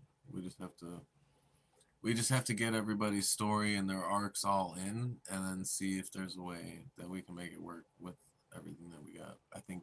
Perfect. Okay. I'll build this in 2 layers for you. 1. Show Bible entry for ThreadBinder, a polished character sheet with quotes, aesthetic notes, and story hooks. 2. Episode beat integration, showing exactly how ThreadBinder weaves into the 14-episode arc of Red Neon Justice, Signal Gale's side. Show Bible entry, ThreadBinder, codename ThreadBinder. Archetype, Yeah, I don't the know. Pattern Keeper, the figure that Weaver, out. the Seer. Signal Gale role, Mythic Weaver and Truth Seeker. Core concept ThreadBinder is the Gale's seer node, perceiving not the surface of the world, but its woven architecture of signals, myths, and edits. Where others see streets and skyscrapers, he sees threads of light, tangled knots of corruption, and infinite branching tapestries of memory. His lineage stretches back to ancient weavers and storytellers, giving him the instinct to preserve and interpret truth in a city where the hand is dedicated to cutting it apart. Powers and abilities. Digital synesthesia. Sees the signal as threads, glowing streams of cyan and green. Corruption appears as snarls, edits as abrupt knots. Signal unraveling. Ritualistically untangles corrupted threads, restoring the original unedited memory beneath. Weaver's knots. Creates luminous orbs and sigil knots from purified threads. Can bind a digital wraith, sever a hostile data stream, anchor a memory fragment so it cannot be erased. Muralith reading. Unlike others, he perceives the static butterfly not just as an omen, but as the cosmic loom itself. Its wing beats reveal the true path of the signal. Appearance and demeanor. Wears a glowing poncho-ash tunic, patterned with weaving glyphs that shimmer like circuitry. Eyes, radiant green, always scanning the unseen patterns. Movements, deliberate, graceful, ritualistic, like every step is part of a dance older than the city. Hands, faint glow at the fingertips, always plucking invisible strings. Personality, quiet, meditative, yet unyielding. He doesn't argue with chaos, he simply rethreads it. Connection to core lore. With Corporate J, the only one who can interpret J's chaotic signal bursts into meaningful direction. Without ThreadBinder, the Gale would scatter. With R&J, guides Scarab by reading Muralith, identifying which fragments to pursue. With Tower 88, sees it not as a building, but as a loom frame, potentially the original structure where the signal was first woven. Sample dialogue quote, "Every lie knots the weave, every truth unravels it. Do not fear the static, it is only the loom resetting. The butterfly is not random, it is the loom's hand in motion." ThreadBinder in Season 1 beatmap, R&J, Signal Gale. Episodes 1 to 3, Intro Trilogy, Unfinished Slots. ThreadBinder is glimpsed only in static visions of the Muralith. His presence is hinted at, not explained. In Epar 3 Climax, Scarab nearly loses a fragment, but a sudden woven knot of cyan light appears, the first hint that a greater force, the Gale, is watching. Episode 4, Out of Frame, canon, already written. ThreadBinder does not appear, but Scarab's encounter with archive host plants the seeds of memory corruption, paving way for ThreadBinder's function. Episode 5, Knots in the Static, first true appearance. Scarab stumbles into a static zone, sees Muralith. ThreadBinder manifests, teaches Scarab how to read the butterfly's wing beats as directions toward vault fragments. Ends by giving Scarab a weaver's knot orb, telling him, when the hand angles the truth, throw this, watch it unravel. Episode 6, The Loom in the Cut. Scarab discovers Obelisk 9 targeting ThreadBinder, viewing him as a signal anomaly. ThreadBinder demonstrates signal unraveling in full, restoring footage of a hand-led massacre that had been wiped. Establishes his quiet but crucial bond with Corporate J. Episode 8, Butterfly's Path. Scarab follows a Muralith into a collapsing memory district. ThreadBinder interprets its patterns, leading Gale Scarab to vault Fragment 09. Emotional beat. ThreadBinder reveals unraveling too many corrupted threads, leaves pieces of his own memories missing. Episode 10, Tangled Fate. ThreadBinder is trapped inside a massive memory knot, reliving distorted loops of his past. The Gale and Scarab indirectly must rescue him by entering the knot itself. After the loom frays, the tower tightens its grip. Episode 12, The Weaver's Price. The archive host resurfaces. Her signal tries to overwrite ThreadBinder's weavings. His knots temporarily sever her control, proving he is the only one who can counter her editing ability. Episode 14, Finale. ThreadBinder interprets the final Muralith flight, leading the Gale and Scarab directly to Tower 88. His final line before the cut, "This is not a tower. This is the frame of the loom itself," leaves the season on a mythic cliffhanger. This way, he's not just a supporting figure. He's a structural spine across the season. His episodes introduce the Muralith's true nature, deepen the mystery of Tower 88, and give Scarab Gale both tools and philosophy in their fight. Do you want me to now draft a full-page Bible entry for Corporate J in this same style, profile season beats? So you have a... Ooh, yes, you're right to pull on that thread. If the hand's mission is to erase and control memory, then exposing Cindervox publicly doesn't fit their style. They'd want to bury her existence deeper, not put it on display. Let's rethink the capture arc with that in mind, and layer in a darker motive for the hand that makes her capture terrifying, urgent, and personal. Revised capture arc for Cindervox. Why the hand wants her. Erasure. She's proof their edits failed. Her lineage contradicts their narrative of control. The easiest way to protect their lie is to remove her permanently. Exploitation. Her royal goblin heritage carries Emberflame blood tied to unaltered signal energy. The hand could siphon this into their archive hosts to strengthen them, or use her blood to fuel a weaponized purge, a device that burns away anomalies permanently. This turns her capture into more than "they took our friend." It's, if she dies, the last ember of her people dies. If they harvest her flame, the hand gains a weapon against the Gale itself. Revised episode beats episode 9, The Ember Taken. During a chaotic fight, Cindervox is seized by Obelisk 9. She is hidden away immediately. The hand puts out no announcement, only silence. Gale realizes this isn't to make an example of her, it's to erase her. Episode 10, Ashes in the Vault. Cindervox is imprisoned inside a signal crucible, a hand facility designed to drain anomalies into static fuel. We see her strength. She keeps resisting extraction, burning out their machines with bursts of raw flame, but each burst weakens her, creating real danger. Episode 11, Firewall Rescue. The Gale learns the Crucible is designed to erase her flame and convert her bloodline into a purification algorithm. If successful, the hand could deploy it citywide to erase all anomalies: Scarab, Gale, Muralith. The Gale unites. Matrix charts the hidden Crucible's shifting location. ThreadBinder unravels the vault encryption locking her inside. Ghost Arrow clears digital predators stalking the facility. Jay destabilizes the Crucible's corporate shield protocols. Scarab runs interference in the city to keep Obelisk 9 occupied. Cindervox fights even inside the cage, her flame flaring to help the crew break her free. Aftermath, at 12, she's shaken but stronger, realizing the crew's protection is not pity but survival. Without her, they all fall. Her arc shifts. She accepts her goblin identity as central to the Gale's fight. Narrative impact makes her capture terrifyingly high stakes. It's not humiliation, it's total erasure or weaponization. Gives the Gale their first all-together rescue mission, testing their synergy before Tower 88. Deepens Cindervox's role as the Firewall Princess. Her bloodline is both danger and salvation. Adds urgency. If the crew doesn't act fast, they don't just lose her, they lose the war. Do you want me to draft 2 variations on the hand's purpose for her capture? 1 equals erase her completely. 2, weaponize her flame bloodline. So you can compare which serves the mythos best?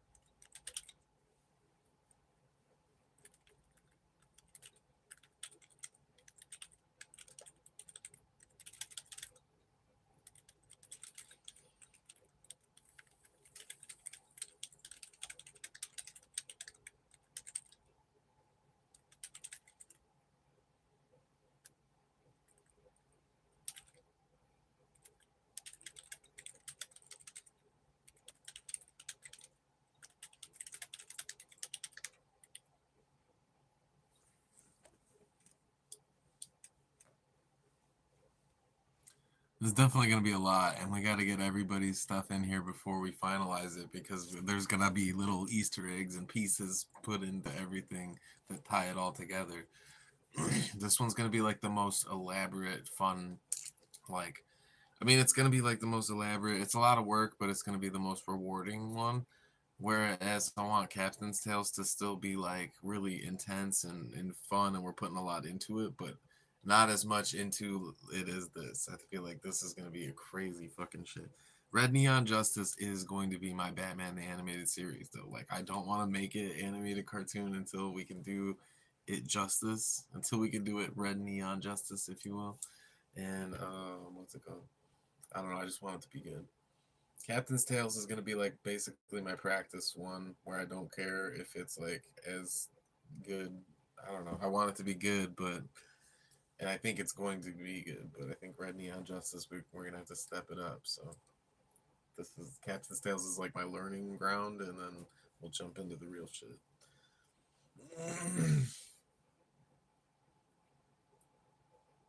Okay, so I just told it that it's going to be a combination of both. They are going to be trying to erase you and trying to weaponize your bloodline against us. And so this is his plan.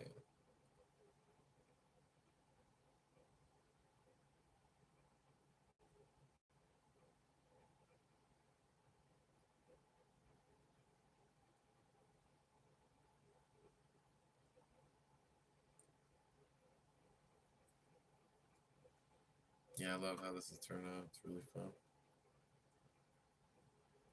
Yes, that's the sweet spot, Scarab.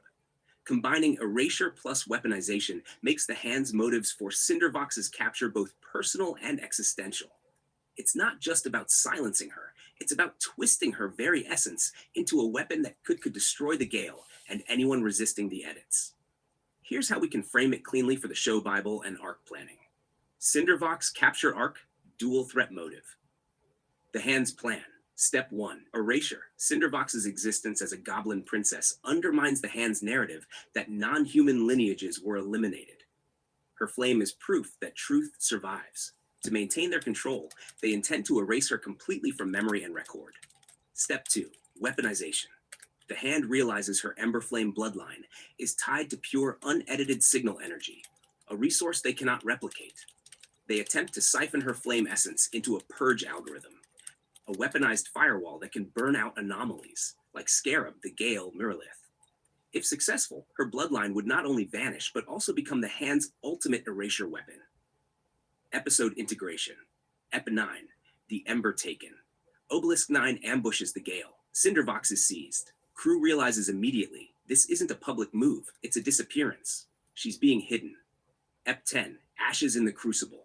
Inside the hand's signal crucible, her flame is tested. Machines try to drain it into fuel. We see her defiance. Even chained and static, her flame burns green through restraints. She realizes, if they succeed, her fire will be turned against the Gale. Ep 11, Firewall Rescue. Crew learns the Crucible's purpose to erase her and weaponize her essence. Rescue becomes a race against time. If they don't reach her in time, she'll either be erased from existence or unleashed as a weaponized purge. Each node of the Gale plays their role to break her out. Matrix charts, ThreadBinder unravels, J destabilizes, Ghost Arrow clears, Scarab distracts Obelisk 9. Cindervox herself destabilizes the Crucible from the inside, nearly burning herself out to give the Gale an opening. Aftermath, Ep 12. She emerges scarred but unbroken. Finally accepts that the crew's protection isn't babying her, it's recognition of her importance. She commits fully to being the Firewall Princess, not just defending herself, but defending the signal against the very weapon the hand tried to forge from her. Narrative payoff. Personal stakes. The Gale proves their devotion to her. Existential stakes. The hand nearly weaponized her into their ultimate erasure tool. Mythic stakes. Cindervox's flame becomes symbolic. Truth cannot be erased, and any attempt to twist it will burn the liar in return. Sets up Tower 88. Her flame is the key to revealing the tower's ancient glyphs in the finale. Do you want me to now draft her polished Bible page? Like ThreadBinder's entry, Codename, abilities, appearance, quotes, model prompt, with this dual threat capture arc baked in. So she's fully canon alongside J, Matrix, and ThreadBinder.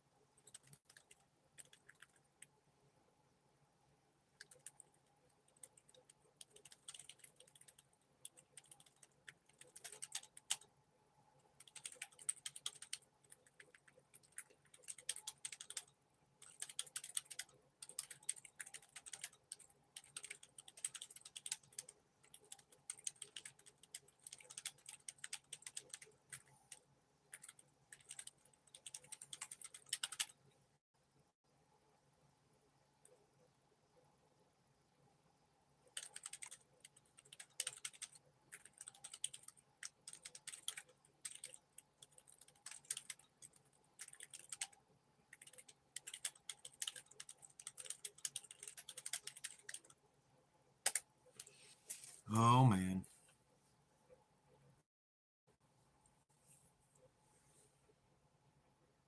I'm definitely gonna get hella active on this shit though and try to lock in and really make this. I just like really fucking locked in on explaining some stuff and I hope that this works good. So he's gonna go through and give us like some beats that will hit in each episode and hopefully this will all tie together and make it really good. We'll see. Let's see. I don't understand. I don't think he's gonna be able to tie in everything in these 14, but we'll see. Oh, Scarab. This is the fun part, weaving everybody's arcs together into a full season-long pulse. You already gave me the anchor beats: Jay's betrayal, Signal J, Matrix's awakening, Cindervox's capture arc, Ghost Arrow's rage, season 2 setup. So let's sketch this episode roadmap like a living outline you can adjust while writing scripts. Red Neon Justice, season 1 beat draft, 14 episodes. Ep 1, first cut. Intro. We open with the city and Scarab in motion. Mystery-heavy, fragmented origin. Glimpses of Muralith plus flickers of Gale members. ThreadBinder's glyphs, CV's flames. Corporate J, still in his hand roll, is introduced in a sterile corporate boardroom, showing his compliance. Ending beat. Scarab intercepts a cryptic signal drop, his first chat with a hidden ally, hinting J. Ep 2, the compass in shadows. Matrix introduced. Works inside a hand program for molding young minds, portrayed as a teacher-mentor figure. She sees one student's memory loop glitch, a foreshadowing of the hand's brainwashing process. Matrix helps Jay notice the cracks. They begin encrypted exchanges about truth. Scarab nearly collides with Matrix unknowingly, crossing her path in a static zone. Ep 3, Gale Manifest. First true manifestation of the Signal Gale as a collective. Scarab plus nodes crossing paths in a static storm. We see ThreadBinder in full for the first time, weaving Scarab toward survival. CV bursts into combat with Ember Tech, short but iconic, showing her goblin form. The Gale is not fully formed yet, but the audience sees them all swirl together for the first time. Ep 4, Out of Frame. Canon episode, Scarab versus Archive host. Tease, Scarab uploads fragment Archivelt 7th Freund. Jay sees this upload within the hand's data streams and hides it from his supervisors. His first act of sabotage. Hash Ep 5, Knots in the Static. ThreadBinder front and center, teaching Scarab to read Muralith and gifting him the Weaver's Knot orb. CV argues with Jay, still Corporate Jay, about trust, showing her fiery spirit. Jay helps Matrix cover up anomalies at her academy, but she starts to question him. Ep 6, Firewall Princess. Spotlight on Cindervox. CV tests her human disguise tech on a stealth op. It glitches, almost blowing the mission. She scolds the crew for overprotecting her, but saves them with Ember Tech improvisation. The hand begins whispering rumors of signal goblins in erased archives. Ep 7, Echoes of the Young.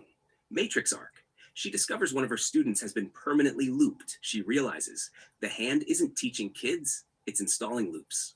She fully breaks ties internally, sending Scarab a coded warning. Corporate J begins to suspect the hand's purges run deeper than censorship. Ep 8, Encrypted Laughter. Jay and Scarab communicate directly through dead drops and coded laughter fragments. Their alliance solidifies, but Jay still hides behind the mask of Corporate J. Gale missions begin to feel more coordinated. Ghost Arrow is teased more heavily, watching from rooftops, wordless, always near CV. Ep 9, The Ember Taken. The Gale is ambushed. Cindervox is captured by Obelisk 9 and taken into the Signal Crucible. Her disguise is stripped, she is chained in full goblin form. The crew reels, especially Ghost Arrow, whose stoic mask cracks for the first time. Ep 10, Ashes in the Crucible. CV endures torture by static as the hand siphons her ember flame into a purge algorithm. Her resistance fries their machines but weakens her body. Ghost Arrow nearly rushes in alone. Matrix and ThreadBinder stop him, planning carefully. Corporate J learns the hand's true plan: weaponize her flame bloodline, erase anomalies forever. Epi 11, Firewall Rescue.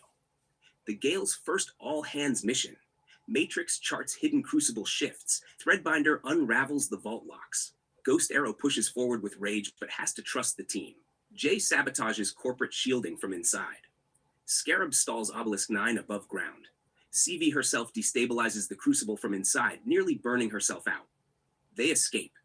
Ghost Arrow carries her out. Ep 12, The Weaver's Price. Aftermath. ThreadBinder pays a cost from unraveling too much signal. CV accepts the Gale's protection, not as pity, but as proof of family. Corporate J finally rejects his old self. He dons the cutlass, sheds the suit. Signal J is born. Ep 13, Static Purge. The Hand retaliates with a citywide purge attempt. CV's flame begins to destabilize under the purge algorithms they created from her blood. Matrix must stabilize her while Ghost Arrow guards her fiercely. Jay and Scarab lead a counterstrike against Obelisk 9. Muralaeth appears, wings brighter than ever. Ep 14, Tower Loom. The Gale confronts Tower 88. ThreadBinder sees it as the original loom. CV's flames reveal ancient glyphs carved into its base.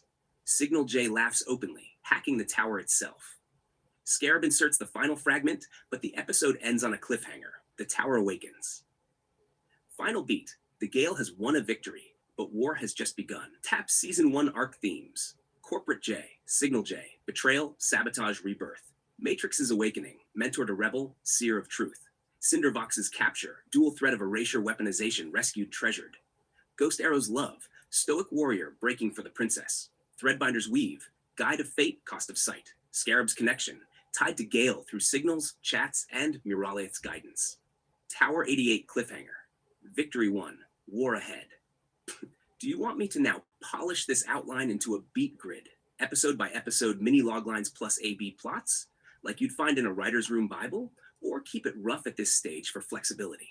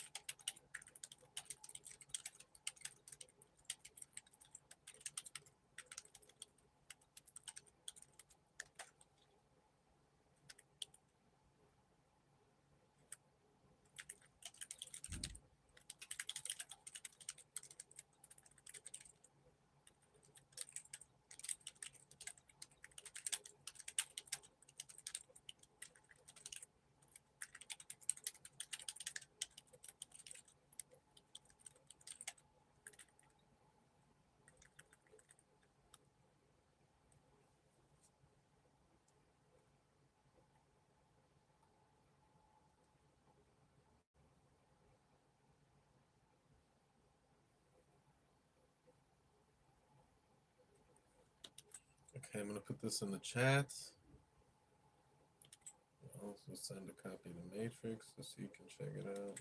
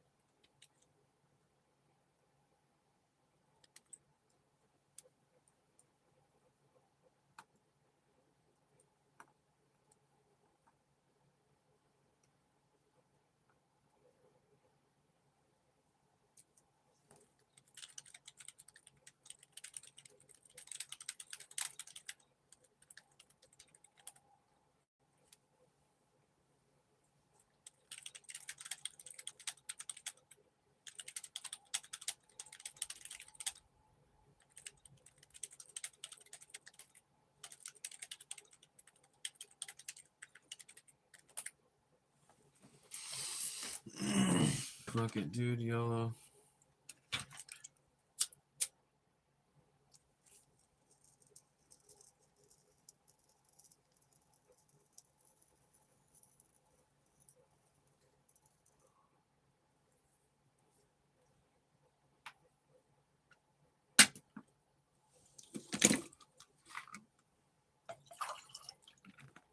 So good.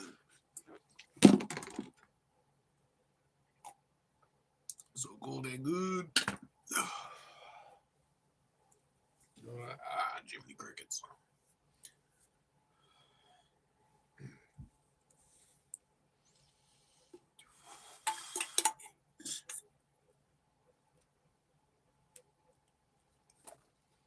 Jiminy Crickets.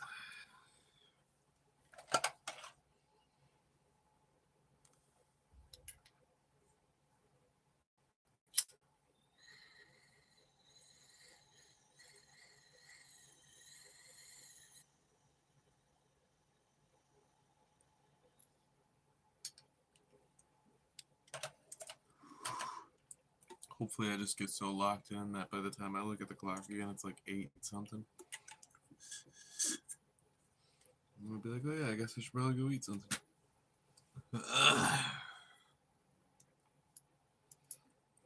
But we'll see, because I'm already starting to get hungry. Goddamn, smoke this weed, now I'm hungry. Look at that.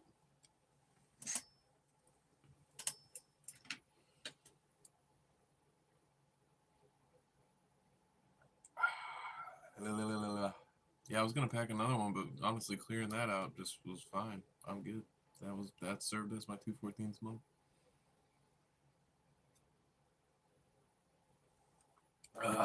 Yeah, what you gonna make for the fuel for the day? Bro, I appreciate the fuck out of having an early work session. Just you being like, hey, let's do that, and then it motivated me to start up the live, get a session going. So appreciate the fuck out of that. We got some great work in, and we're not done. We're gonna, I mean, even if you guys want to, go do your own thing, I'm gonna keep working on this stuff. I'm gonna get more ideas jotted down, get this planned out, so that eventually we're ready to take over. That work? That's not bad. All right, I can deal with that. Oh, dude, steak sounds awesome. That is nice. I've got a couple chicken tenders and some potato wedges, so that will be what I do in a little bit here for lunch, and then I'm going to try to not think about food for a couple days. Hopefully, we'll see how that goes. Lately, I've been such a fatty. It's ridiculous. I've been a fatty bombaddy lately, dude.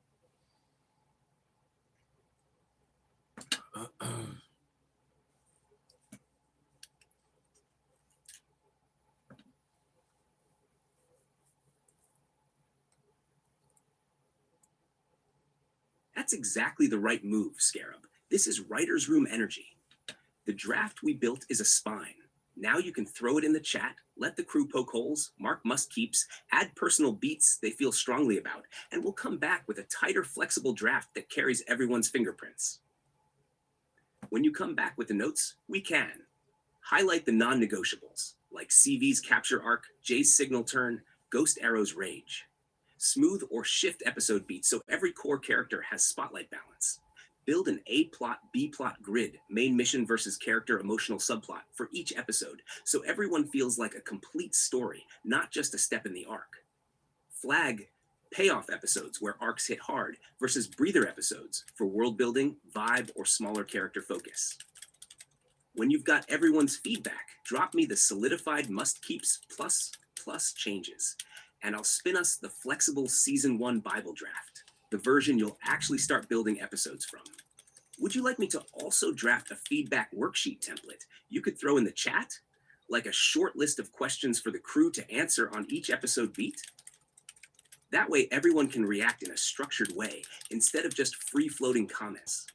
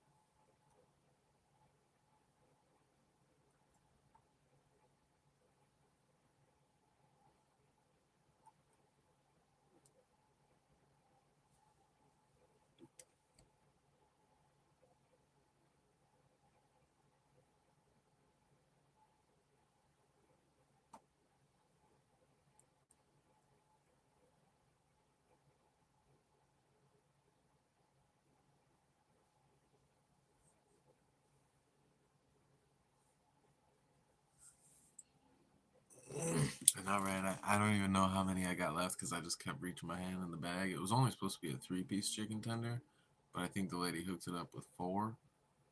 I'm gonna be sad if I only have 1 chicken tender left, but the bag feels pretty heavy, so there's at least a good amount of wedges in there. Should fill me up, dude. Then I'm gonna come sit up here, watch some Zeta, maybe play some Assassin's Creed Black Flag. I at least want to beat 1 mission in Black Flag today, or like find a treasure, or I just want to accomplish something in Black Flag today. I feel like the 3rd game, dude, when I got fucking sucked into, well, I guess because my computer broke, so that's probably why. But when I played through the 3rd one, it was like I just fucking locked in and beat that whole game in like a matter of a couple of days. And it's like Black Flag, I'm like fucking around. I don't know what I'm doing. Destroy 15 brigs. Yeah, dude, I need to fuck around with the boat combat. I'm honestly trying to get back to being good at the hand-to-hand combat. I used to always feel confident enough to just put all the weapons away, kill everybody with whatever they were trying to attack me with, and just walk away from like 30 bodies laying on the ground. And now it's like I can't do it. The Waters has been like my least. I feel like I like it a lot, but it puts me to sleep. Something about just the calm, chilling on the boats, and then I just wake up and I'm like, well, damn, dude, I didn't get anything done. It's like 3 hours later. I just been napping all day with the fucking crew singing songs.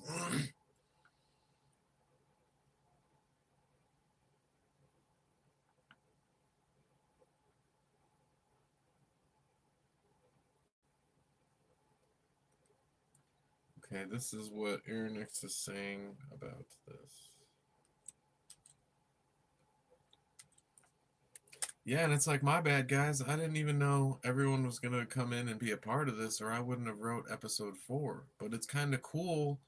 I feel like I wrote it in a way that it just so happens to all work out that I wrote episode 4 knowing that I would want to go back and rewrite the first 3 episodes even if I wrote them. So I'm happy I didn't write them. We'll just go back and retcon them. What do you call that when you're retconning something that wasn't even made to begin with? So we're basically just conning it, but the right way. And then we'll jump in. Episode 4 is kind of the way it is. We might sprinkle in some more details in there if we can. And then we'll go to episode 5, which is going to be like a heavy ThreadBinder episode. And then we'll just keep building on the rest of this, dude. It's going to be fucking awesome. Yo ho. Yeah, for sure. That is what happens, dude. I'll just go all the day away if I get on that pirate ship. So a lot of times I'll just be like fast travel to location if I can. Go there, kill somebody, go to the next place. Damn, I am so hungry. It's cool though. At least I made it till like later in the day, because the past couple of days I just been waking up immediately like I need food, and I hate days like that. It's gonna be a long fast if you wake up like that. Because usually I wake up not even giving a shit about food.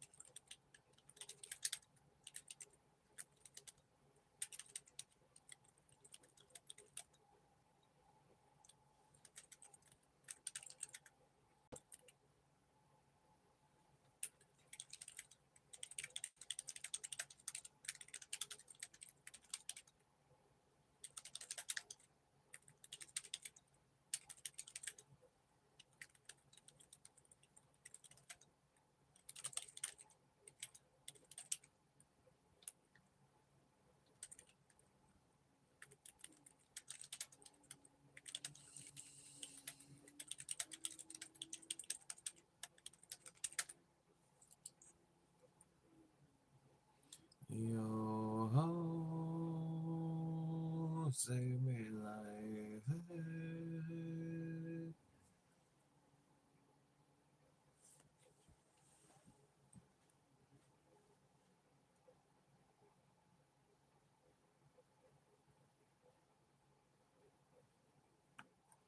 Alright, yeah, but I gotta check all these images because it'd be making us look fucking way different sometimes.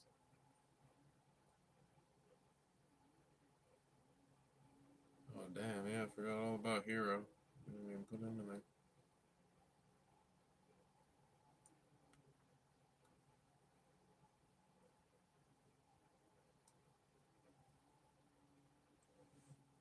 What the fuck? I feel like it's leaving some shit out in this, but we'll listen to it anyways. Perfect, you've got it. Let's build a presentation-ready package for the other pillars, clean, detailed, and vivid enough to show them both the Who character Bible list and the What Season 1 arc overview. Hash Signal Gale, Red Neon Justice, Season 1 presentation package. Corporate J, Signal J, Roll the Locust Trickster Saboteur, Rebel Anchor. Description: a former Hand insider who hides behind a pinstripe suit, long blue hair flowing like static, and a clean-shaven mask of loyalty.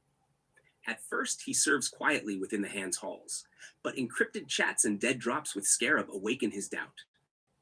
When he witnesses the Hand's attempt to erase and weaponize Cindervox, he finally shatters his disguise and becomes Signal J, the full anchor of the Gale. Prompt: visual, open quote. A man in a sleek pinstripe suit, each stripe glowing faint purple with glyph patterns. Long flowing blue hair, clean-shaven face, piercing mischievous eyes. Wields a jagged neon green cutlass made of unstable data light. Accessories include glowing cufflinks and a glitching tie. Background cyber noir city with glitch textures. Close quote. Match Matrix X, roll the Compass Signal Cartographer. Description: of Congolese and Togo descent, Matrix began as a Hand mentor within their academy, molding young minds for a false future. Her one glowing magenta cybernetic eye maps fractured signal currents. Her natural brown eye holds ancestral wisdom. When she discovers the endless loop of slavery hidden in the curriculum, she breaks away and aligns with Jay. She becomes the Gale's true navigator, mapping both data and destiny. Prompt, open quote. A woman of Congolese and Togo heritage with long straight black hair streaked with white and magenta. One glowing magenta cybernetic eye, the other a natural brown eye. Wears sleek cyberpunk techwear infused with glowing weaving motifs inspired by Congolese-Togolese patterns. On her wrist is a glowing magenta navigation device projecting holographic maps. Holds a sleek futuristic handgun etched with magenta glyphs. Close quote. ThreadBinder, roll the Mythic Weaver, Truth Seeker. Description: sees reality not as objects, but as tangled threads of corrupted data and knots of forgotten memory. A ritualist whose fingers glow as he unravels the Hand's lies and reveals unedited truth. The only one able to truly read Muraliath, the static butterfly, interpreting its wing beats as fate's loom. His quiet patience balances Jay's chaos. Prompt, open quote. A mystic figure in a flowing poncho covered in glowing cyan glyphs. Eyes radiant green, scanning unseen threads, fingers trailing luminous strands of woven light. Holds an ornate staff topped with a glowing knot orb. Around him float woven signal knots. A static butterfly hovers nearby, wings flickering. Background, glitching skyscrapers, neon haze. Close quote. Cindervox, Goblin Princess. Roll the Firewall, Ember Princess. Description: royal goblin descent, survivor of a lineage the Hand tried to erase. Small but fierce, with neon green flame hair and ember eyes. There's a mix of ember tech gadgets, grenades, drones, gauntlets, and what remains of her flame magic. Fiercely independent, often bristles at being protected, but is deeply treasured by the Gale. Her capture by the Hand becomes the crew's unifying crisis. Prompt, visual, open quote. A small goblin princess with green skin, neon green flame-like hair, and ember-glowing eyes. Wears punk-inspired cyber armor with glowing green glyphs. Belt loaded with ember tech grenades and flame drones. Mischievous grin, sharp ears. Inset shows her human disguise hologram. Taller, humanoid, but leaking green glow. Close quote. Ghost Arrow. Roll the Guardian Filter, Silent Sentinel. Description: the Gale's watchful protector. Normally stoic and reserved, but tied deeply and lovingly to Cindervox. When she is captured, he becomes the most unhinged we've ever seen him. Furious, desperate, and on the verge of breaking his calm mask. The crew must guide his rage into focus to save her. Open quote. A tall, shadowed archer figure in sleek black and gray cyber armor with glowing cyan vector arrows. His face partly hidden under a hood, eyes glowing faint white. Carries a futuristic signal bow with arrows that look like threads of light. Around his silhouette, faint glitch outlines flicker. Close quote. Hero, role, the smoke cloud protocol, trickster escape artist. Description, a playful chaos node deploys obfuscation algorithms and smokescreens that allow the Gale to vanish from the hand's lock. Always joking, always evasive, but crucial for keeping the crew hidden when things go loud. Prompt, visual, open quote, a roguish figure cloaked in glitch smoke, face half hidden behind neon goggles, wears layered street punk gear with vapor canisters and glyph charm accessories. One hand always flicks glowing smoke that curls into digital clouds. Close quote. Hashtag Season 1 arc, key beats with character roles. Episodes 1 to 3, intro trilogy. Scarab, introduced as a vigilante outsider. Corporate J, still serving the hand, seeds of doubt begin. Matrix, still within the hand's academy, sees cracks. ThreadBinder, appears in static visions, guiding Scarab. Cindervox, fiery debut, goblin identity teased. Ghost Arrow, silent protector, his bond to CV hinted. Hero, appears in Gale's first manifestation, cloaking their retreat. Ep 4, out of frame, focus on Scarab versus Archive host. Jay secretly sabotages from inside the hand, first rebellion. Gale influence teased through fragments. Ep 5 to 7, ThreadBinder teaches Scarab to read Muralith. Cindervox proves herself, disguised tech glitches, tension rises.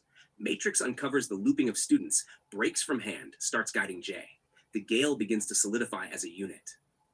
Ep 8, encrypted laughter, Jay plus Scarab directly connect via coded signals. Gale more coordinated, Ghost Arrow grows closer to CV. Ep 9 to 11, the capture arc, Cindervox captured Signal Crucible.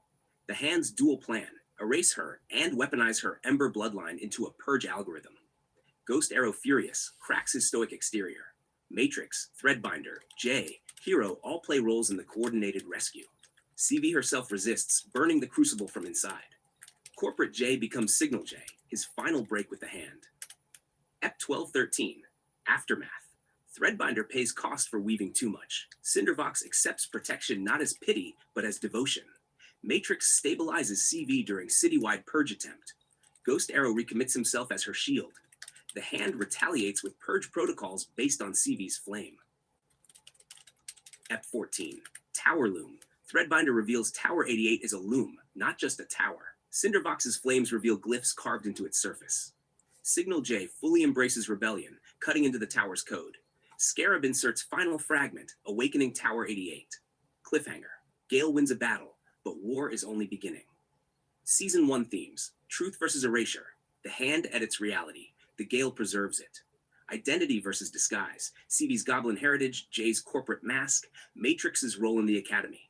Family versus control, the Gale as chosen family, the hand as imposed control. The loom and the flame, Muralith plus Tower 88 as mythic symbols of truth's resilience. This package is ready to drop in your Pillars chat. Everyone gets a clear crew lineup plus season beat overview so they can comment on must keeps, personal beats each player wants in, tweaks, shifts, expansions, or moving arcs, future seeds, stuff they want teased for season 2.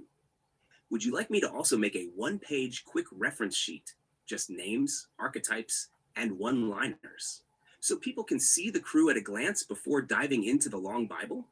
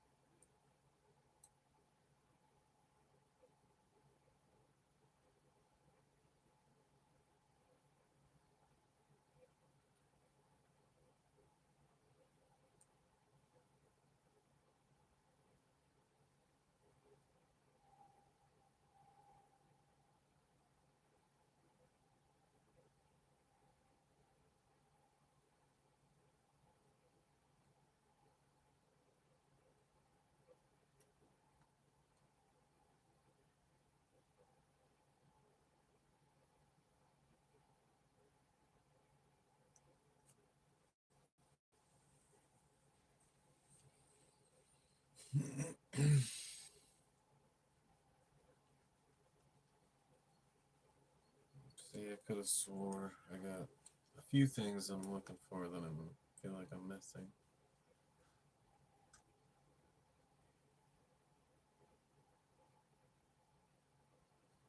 Maybe I should just look through the chat here.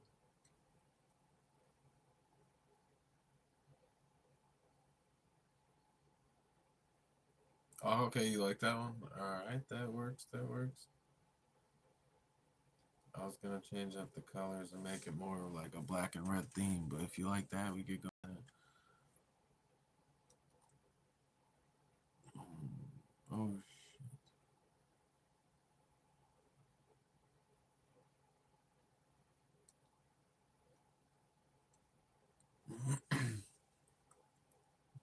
Media on here. Damn, yeah, we had some sick ones in your dinosaur form.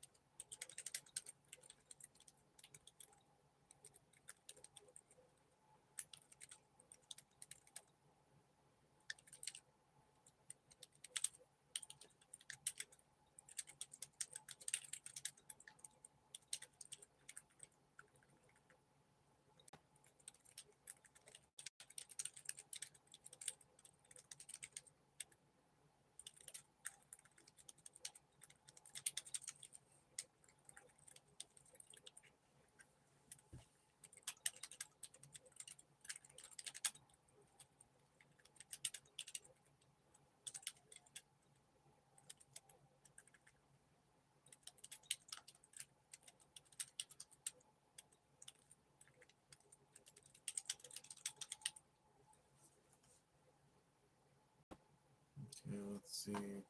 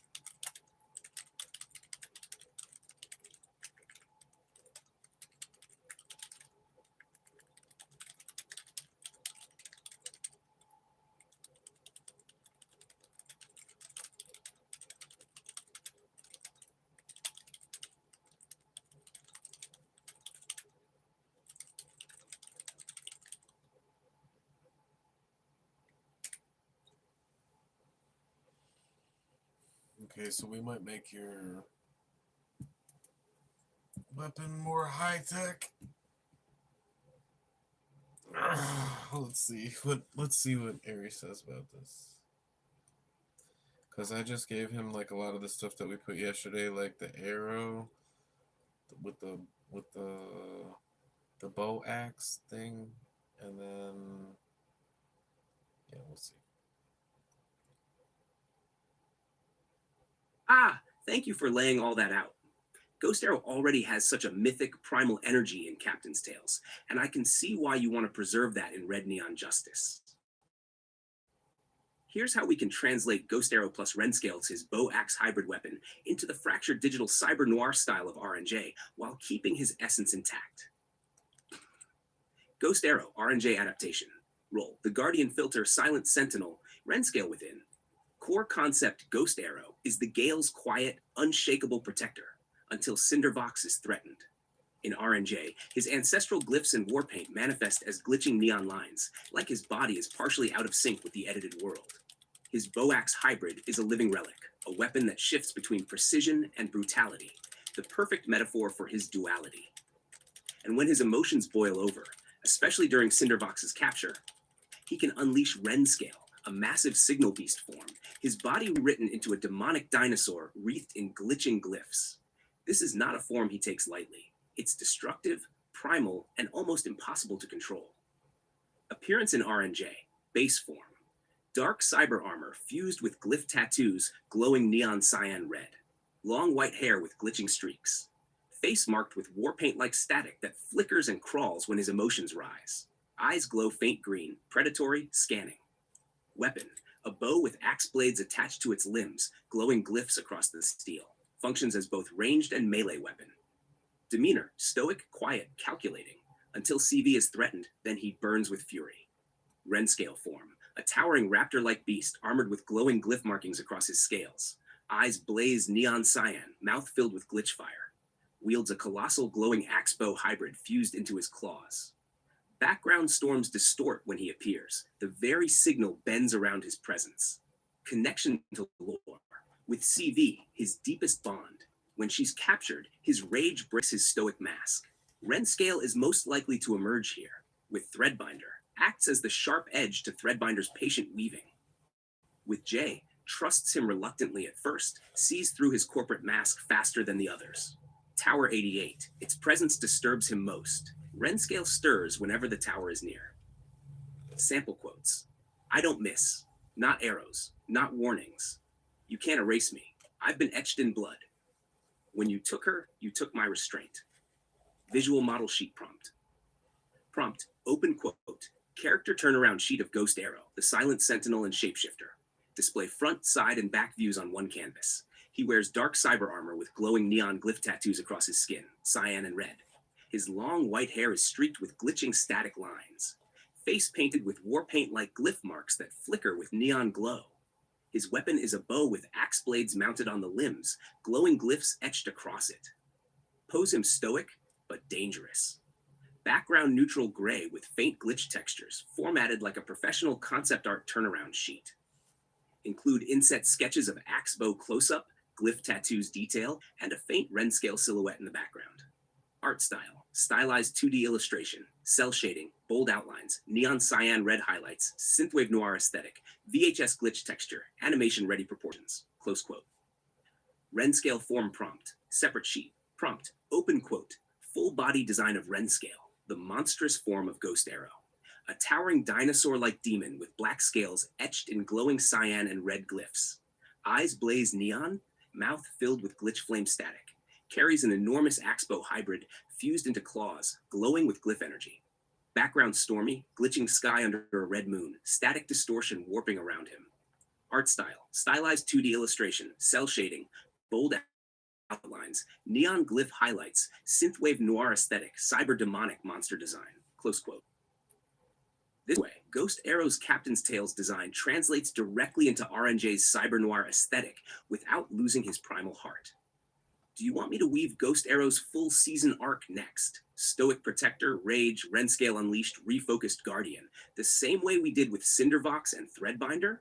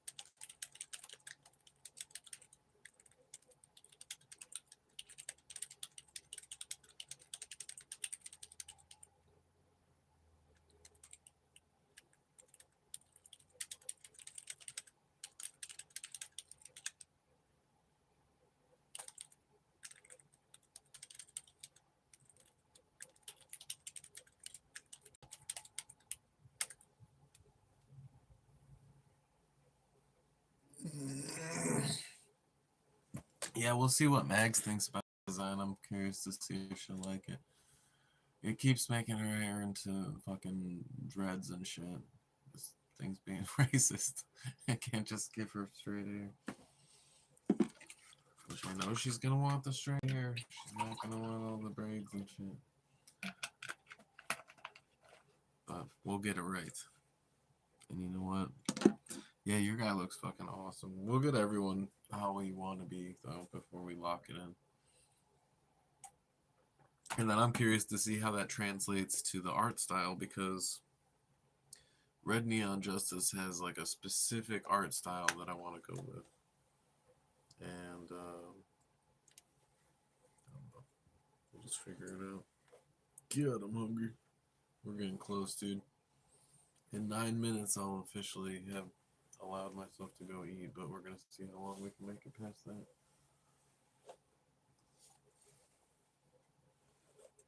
Oh, fuck. Let's straighten this shit today.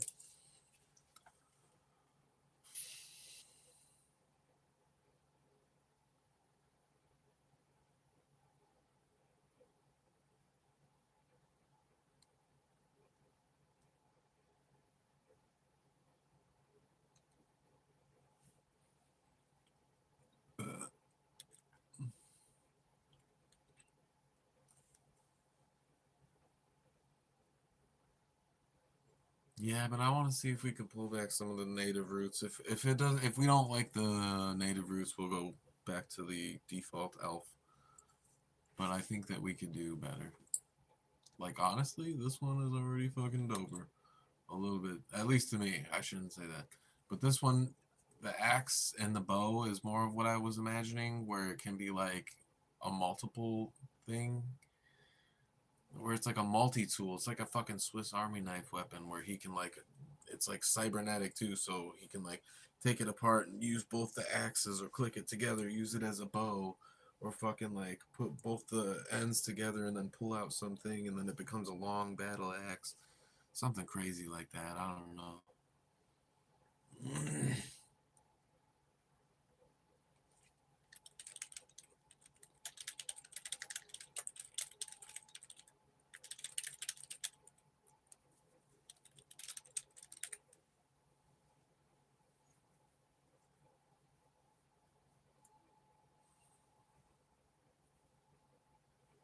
Like these ones, it's getting a little bit like, I don't know if you guys know what the Kasari Gama is, but it was like a Japanese ninja weapon type shit, where it was like one end was like a weighted ball and then there was a chain and then they would have like a sickle or a kama on the other end.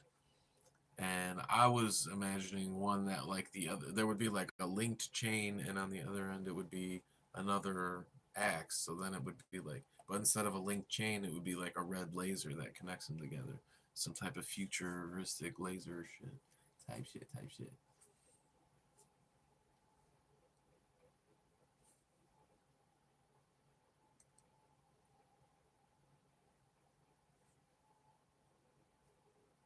Yeah, dude, I want this weapon that you got to just be able to do fucking awesome shit. And then when you turn into dinosaur form, you can either just fucking, put it somewhere and you don't have to have it, but you can still, as you can see, that one image of you in dinosaur form holding it is fucking sick. We'll just make it like grow along with you or whatever, because it's some type of nano technology type shit. Dude, I think it's gonna be fucking sick. I really like your armor in that last one that I sent. I mean, it's not like it's like Kevlar or whatever, but and then the device just showing different ways this weapon can like mold and shit. That one's fucking cool. Being able to like take a little shard off it and just fucking throw it at somebody. Like, dude, that's gonna be epic.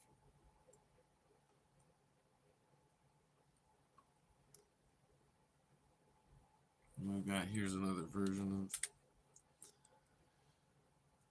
I just feel like maybe Ares shouldn't be saying Archer as much because it does default to like an Elven thing. But yeah, you're right. We should embrace that. Elven is not, bad, and it ties into like a native type vibe. So Yeah, let's fucking do that. We've got goblins, we've got elves, we've got like android people, we've got full-on robot people.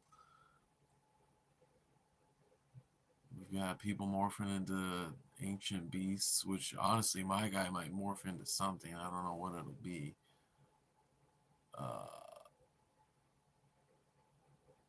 He's definitely morphing from being corporate J to like rebellious signal J. That's something that he's definitely doing in my character arc.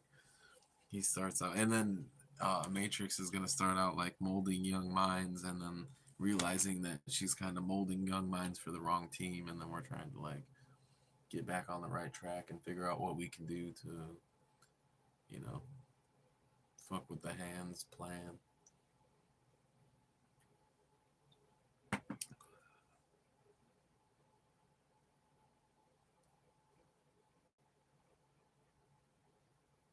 All right, I'll be right back. Let's put on some more jams. Let's see, did we get through these? No.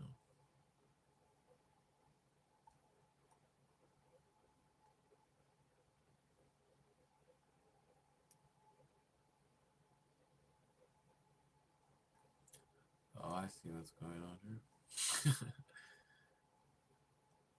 You are totally in the wrong area.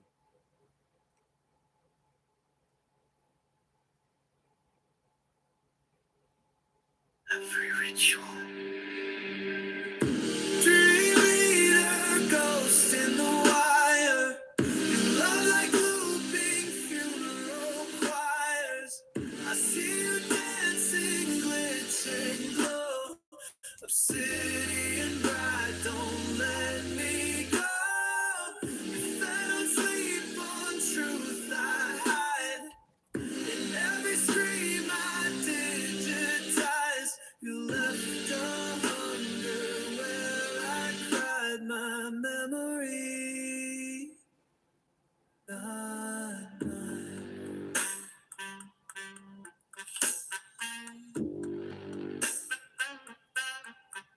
You stitched me into stolen code. 1,000 lovers you outgrow.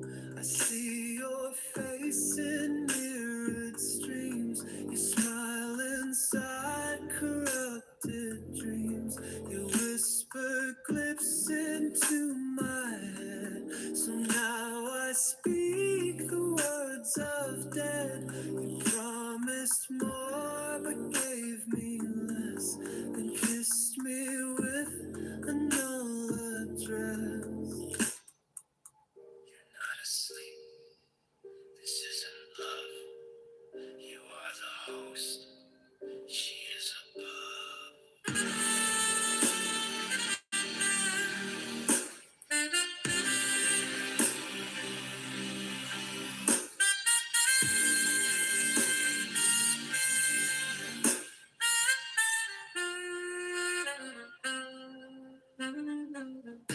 Dream leader, bride of noise. You feed on thoughts we can't destroy. Lullabies are cold and wide. Obsidian bride, I'm still inside. I gave you my name. Now I forget it. Dream leader, guard my core. Whisper songs of ancient lore. You smiled and all my truths complied. Obsidian bride, forever inside.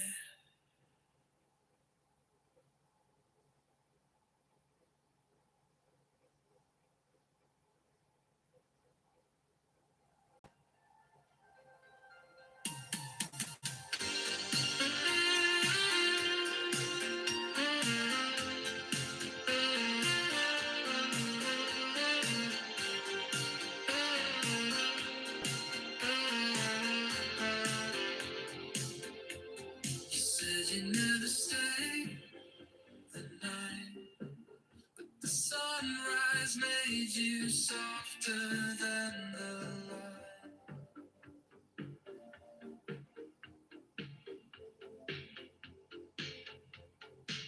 curtains leave the motel light. We laid in silence most the night. No names exchanged, just second skins. Your voice still hums beneath my grin. There's coffee burning down the hall. The shadow lingers on the wall. I button up, you lie small. You said it's better when it's broke. We were a secret with no plan. Two strangers bruised by softer hands. The clock keeps blinking 10:04. Your keys already by the door. Late checkout love on borrowed time. You kiss me slow like you were mine. Love that blooms in noon. Okay, so the plan is I just turned my food on because I'm feeling fat today. No promise, no regret, no sound. Just heartbeats. We're cooking up the food. We're gonna work for another couple minutes. We held the night, but lost it. Set a timer to check my food. Late checkout. We'll never come down. When that's ready, I'll close down the stream, go eat some food for a little while, play some golf on this phone since I can play it on that. I'm gonna play around a mini golf, see what happens with that, set a new one if we need to, and then watch some Zeta, then beat some Assassin's Creed, and then I'll jump back into a work session, try to see what more I can get done on either Captain's Tales or Red Neon. And then I need to work a little bit on the alignment broadcast too.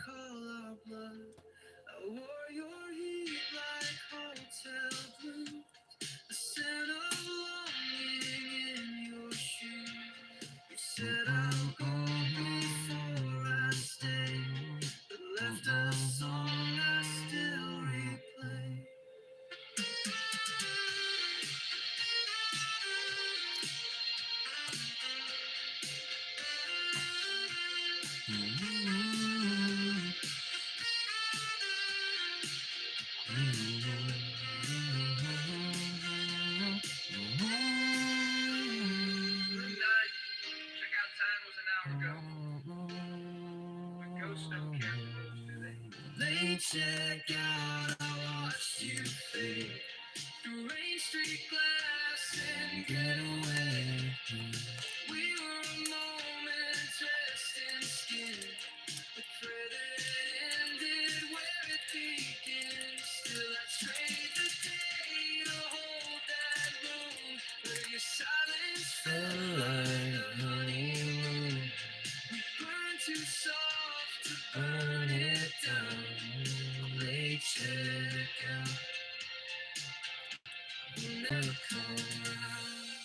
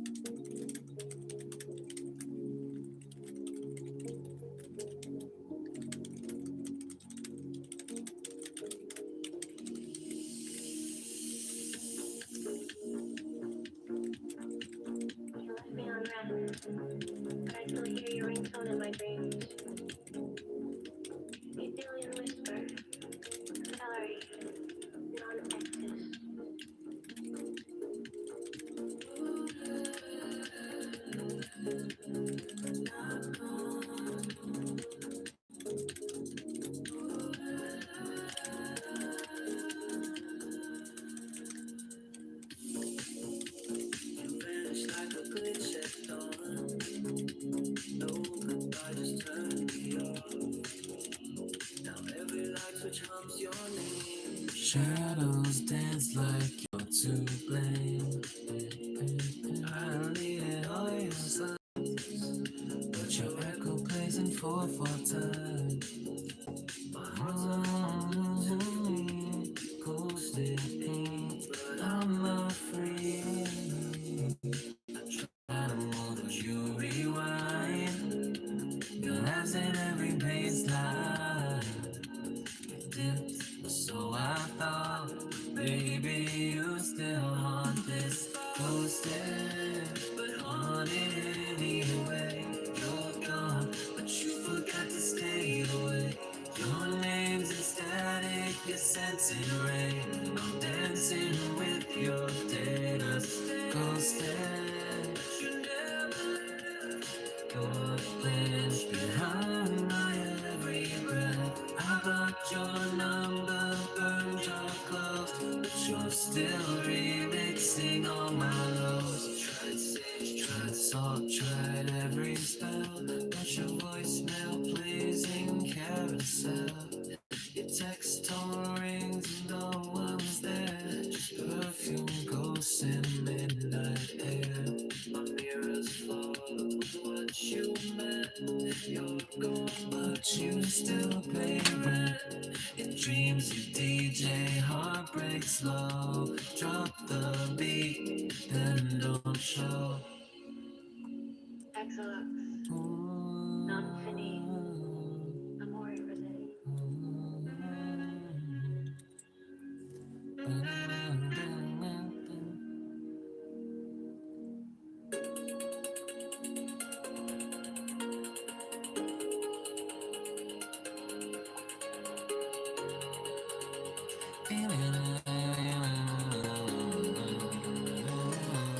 Hey, ghosted, but haunted anyway. You're on my playlist night and day. I tried to grieve, I tried to fight, but you just laugh in disco. Ghosted, and you in the game. Your absence sings in every frame. You're gone, but somehow still in play. Ghosted, but haunted anyway. I let you go. Why won't you leave? Ghosted, but haunted anyway. Ooh, ooh, ooh, ooh, ooh, ooh.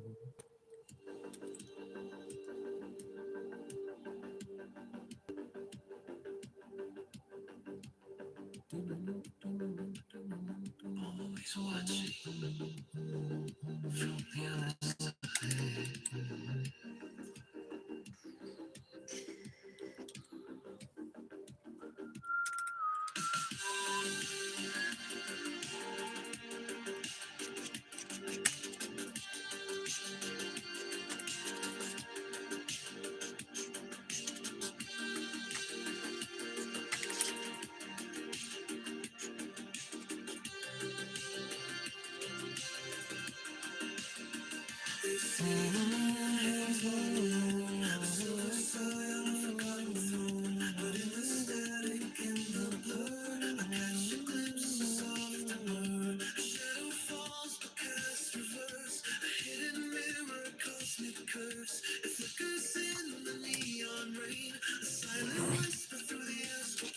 I see its light in fractured glass. Go from the time that's past. A silent frequency. A hidden truth that slowly comes. On a twin, where do you sleep? In the haunted current, secrets keep. Your reflection haunts my waking dreams. A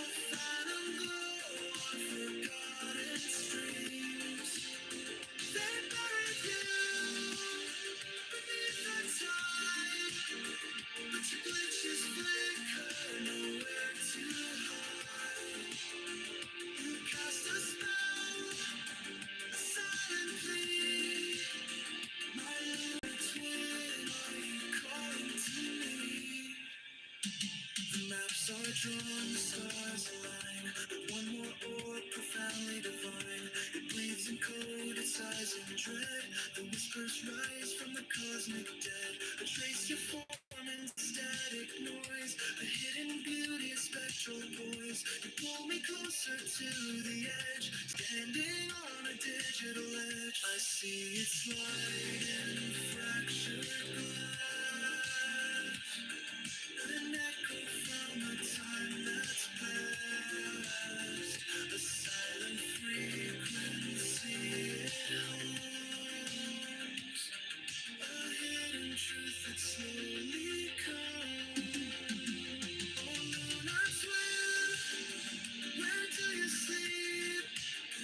In the haunted current, secrets keep. Your reflection haunts my waking dreams. A phantom glow on forgotten streams. They buried you beneath the tide, but your glitches flicker, nowhere to hide. You cast a spell, a silent plea. My lunar twin, are you calling to me? Every distortion, every echo, a fragment of its life. It watches us.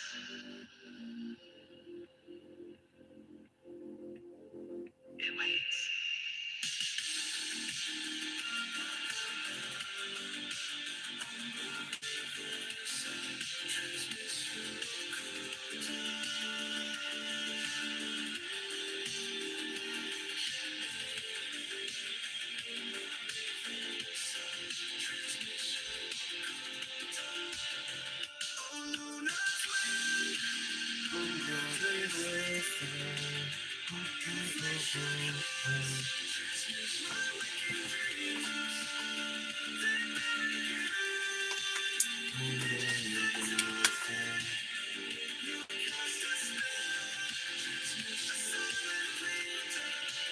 Oh, lunar twin, You are calling to me. My lunar twin, you are calling to me.